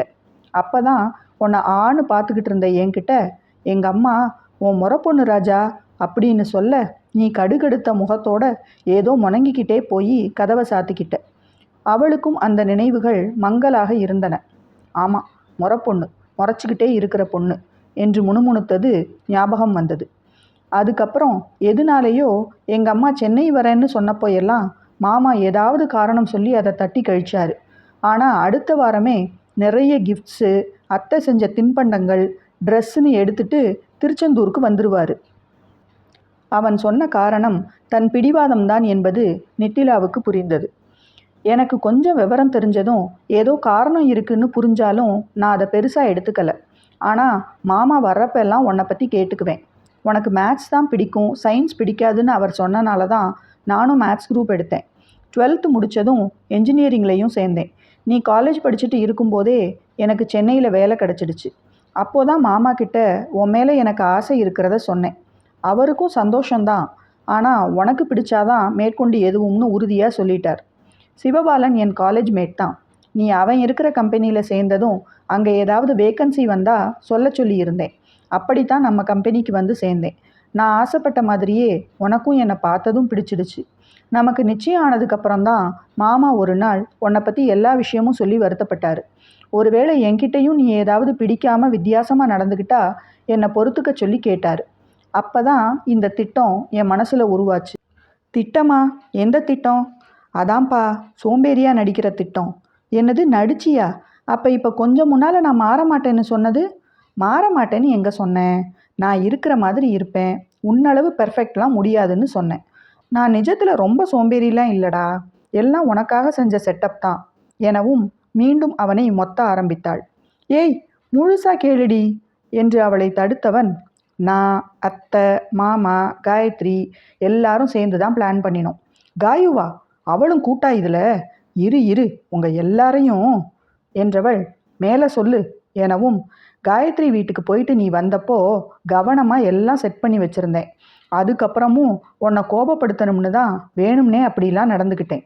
ஆஃபீஸில் இருந்து வந்த அன்னைக்கு டிஃபன் பாக்ஸ் எடுத்து போட சொன்னியே, அன்னைக்கு என் கோபம் நிஜம். ஏன்னா நிஜமாகவே எனக்கு முடியலை. ஆனால் கொஞ்ச நேரத்திலேயே உன்கிட்ட கோச்சிக்கிட்டேனே, ரொம்ப கஷ்டமாக போச்சு. அதுக்கப்புறம் ஏதாவது பெருசாக பண்ணி குட்டையை குழப்பினாதான் உன்னை மாற்ற முடியும்னு திட்டம் போட்டு தான் நகையை இடம் மாற்றி வச்சேன். நீ மதியம் தனியாக வீட்டுக்கு வருவேன்னு தெரியும், எனக்கு ஃபோன் பண்ணுவேன்னும் தெரியும். ஆனால் அந்த நேரம் ஒரு முக்கியமான கால் வந்து உன் காலை என்னால் எடுக்க முடியலை. நான் எடுக்கலைன்னதும் நீ மாமாவுக்கு கால் பண்ணுவ, அவர் சமாளிச்சுக்குவார்னு நினச்சேன். ஆனால் நீ போலீஸ்க்கு போவேன்னு சத்தியமாக நினைக்கல. ஆமாம், நீ நினைக்கல. அந்த ஆள் என்னை என்னெல்லாம் திட்டினான் தெரியுமா? சாரிடா, ரொம்ப ரொம்ப சாரி.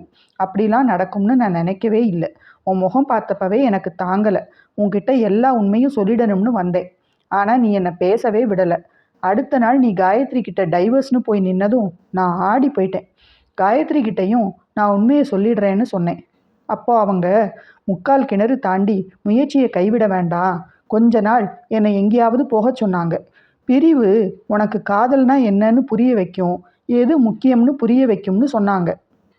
அப்போதான் நானும் சிவபாலனும் சேர்ந்து இந்த ட்ரிப் பிளான் பண்ணினோம். நம்ம ராஜேஷ் இல்லை, அவன் போக வேண்டிய ட்ரிப் இது. சிவா எனக்காக மாற்றி கொடுத்தான். வேலை என்னவோ நல்லா தான் போயிட்டு இருக்கு, ஆனால் உன்கிட்ட தான் எந்த மாற்றமும் இல்லை. ஆனால் அந்த ஃபோட்டோஸ் நோட்டீஸ் போர்டில் பார்த்ததும் அம்மணி அந்தர் பல்ட்டி அடிச்சிட்டிங்க போல. வெட்கத்துடன் புன்னகைத்தவள், நிஜமாவே ரொம்ப டென்ஷன் ஆயிடுச்சுப்பா. ஆமாம், அந்த பொண்ணு யாரு? அது ரொம்ப நல்ல பொண்ணுடா, நாளைக்கு இன்ட்ரோ கொடுக்குறேன் பார், உனக்கும் பிடிக்கும். இங்கே எனக்கு ரொம்ப ஹெல்ப்லாம் பண்ணிகிட்டு இருக்கு. அந்த ஃபோட்டோஸ் பார்த்ததுலேருந்து உன்கிட்ட சேஞ்சஸ் தெரிகிறதா சிவா சொன்னான். ஒருவேளை இங்கே வர்ற வாய்ப்பு கிடைச்சா வர்றியான்னு பார்க்கத்தான் அவன் உன்கிட்ட புழுகினான். நீ உடனே ஓகே சொல்லிட்ட. எல்லாரும் சேர்ந்து என்னை வச்சு காமெடி பண்ணியிருக்கீங்க. ஆனால் நான் இங்கே வந்ததும் நீ ஏன் அப்படி பிஹேவ் பண்ண நித்தி? என் மனசே உடஞ்சி போச்சு தெரியுமா?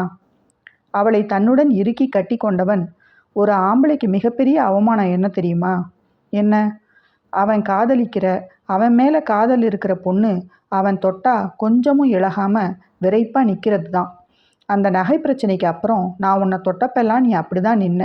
உன் மனசில் இருக்கிற அன்பை நானே கொன்று குழி தோண்டி புதைச்சிட்டனோன்னு எனக்கு பயம் வந்துடுச்சு. என்னதான் நீ இங்கே வந்திருந்தாலும் நான் உன்னை தொட்டு நான் வேலை பார்க்கத்தான் வந்திருக்கேன்னு வெடுக்குன்னு நீ பேசிட்டா என் மனசு தாங்காதுடா. அதான் அப்படி நடந்துக்கிட்டேன், சாரிடா எனவும் நான் தான் உன்கிட்ட சாரி கேட்கணும். உன்னை எப்படியெல்லாம் டிசைனாக கொடுமைப்படுத்தி இருக்கேன்.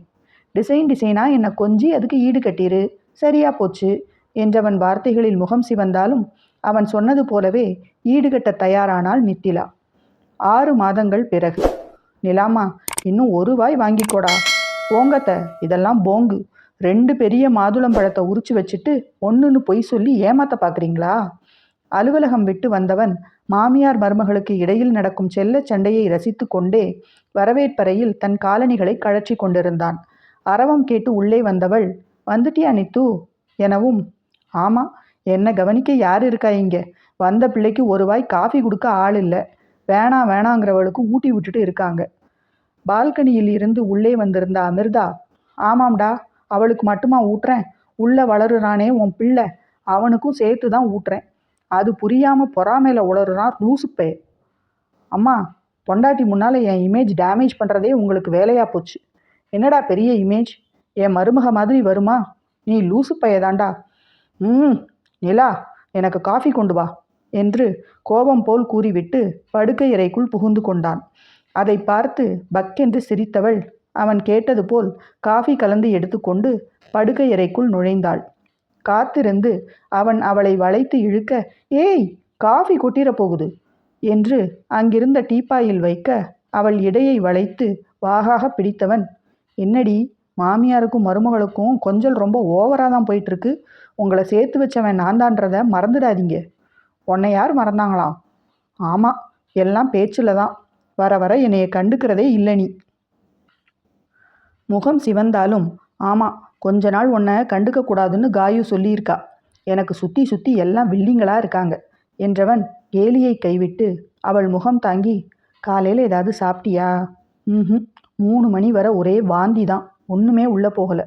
ஏண்டா உனக்கு மட்டும் இப்படி இருக்கு? காயத்ரி கிட்ட நல்லா கேட்டுட்டல்ல, வேற பிரச்சனை எதுவும் இல்லைல்ல? அதெல்லாம் நல்லா கேட்டுட்டேன். ஒவ்வொருத்தருக்கும் ஒவ்வொரு மாதிரி இருக்குமாம். சிலருக்கு வாந்தியே வராதான், எல்லாம் 4 மாதம் வரதான் நித்துப்பா. உனக்கு எப்போ சரியாகி ஆஃபீஸ் வருவேன்னு இருக்கு எனக்கு. காலையில் போனால் சாயந்தரம் தான் மறுபடியும் உன்னை பார்க்க முடியுது. முன்னாலன்னா ஆஃபீஸ்லேயும் அப்பப்போ தேவி தரிசனம் கிடைக்கும். அவள் முகவடிவை அளந்து கொண்டே பேசியவனை பார்த்து சிரித்தவள், ஊரில் எல்லா புருஷன் பொண்டாட்டியும் ஒரே இடத்துலையா வேலை பார்க்குறாங்க?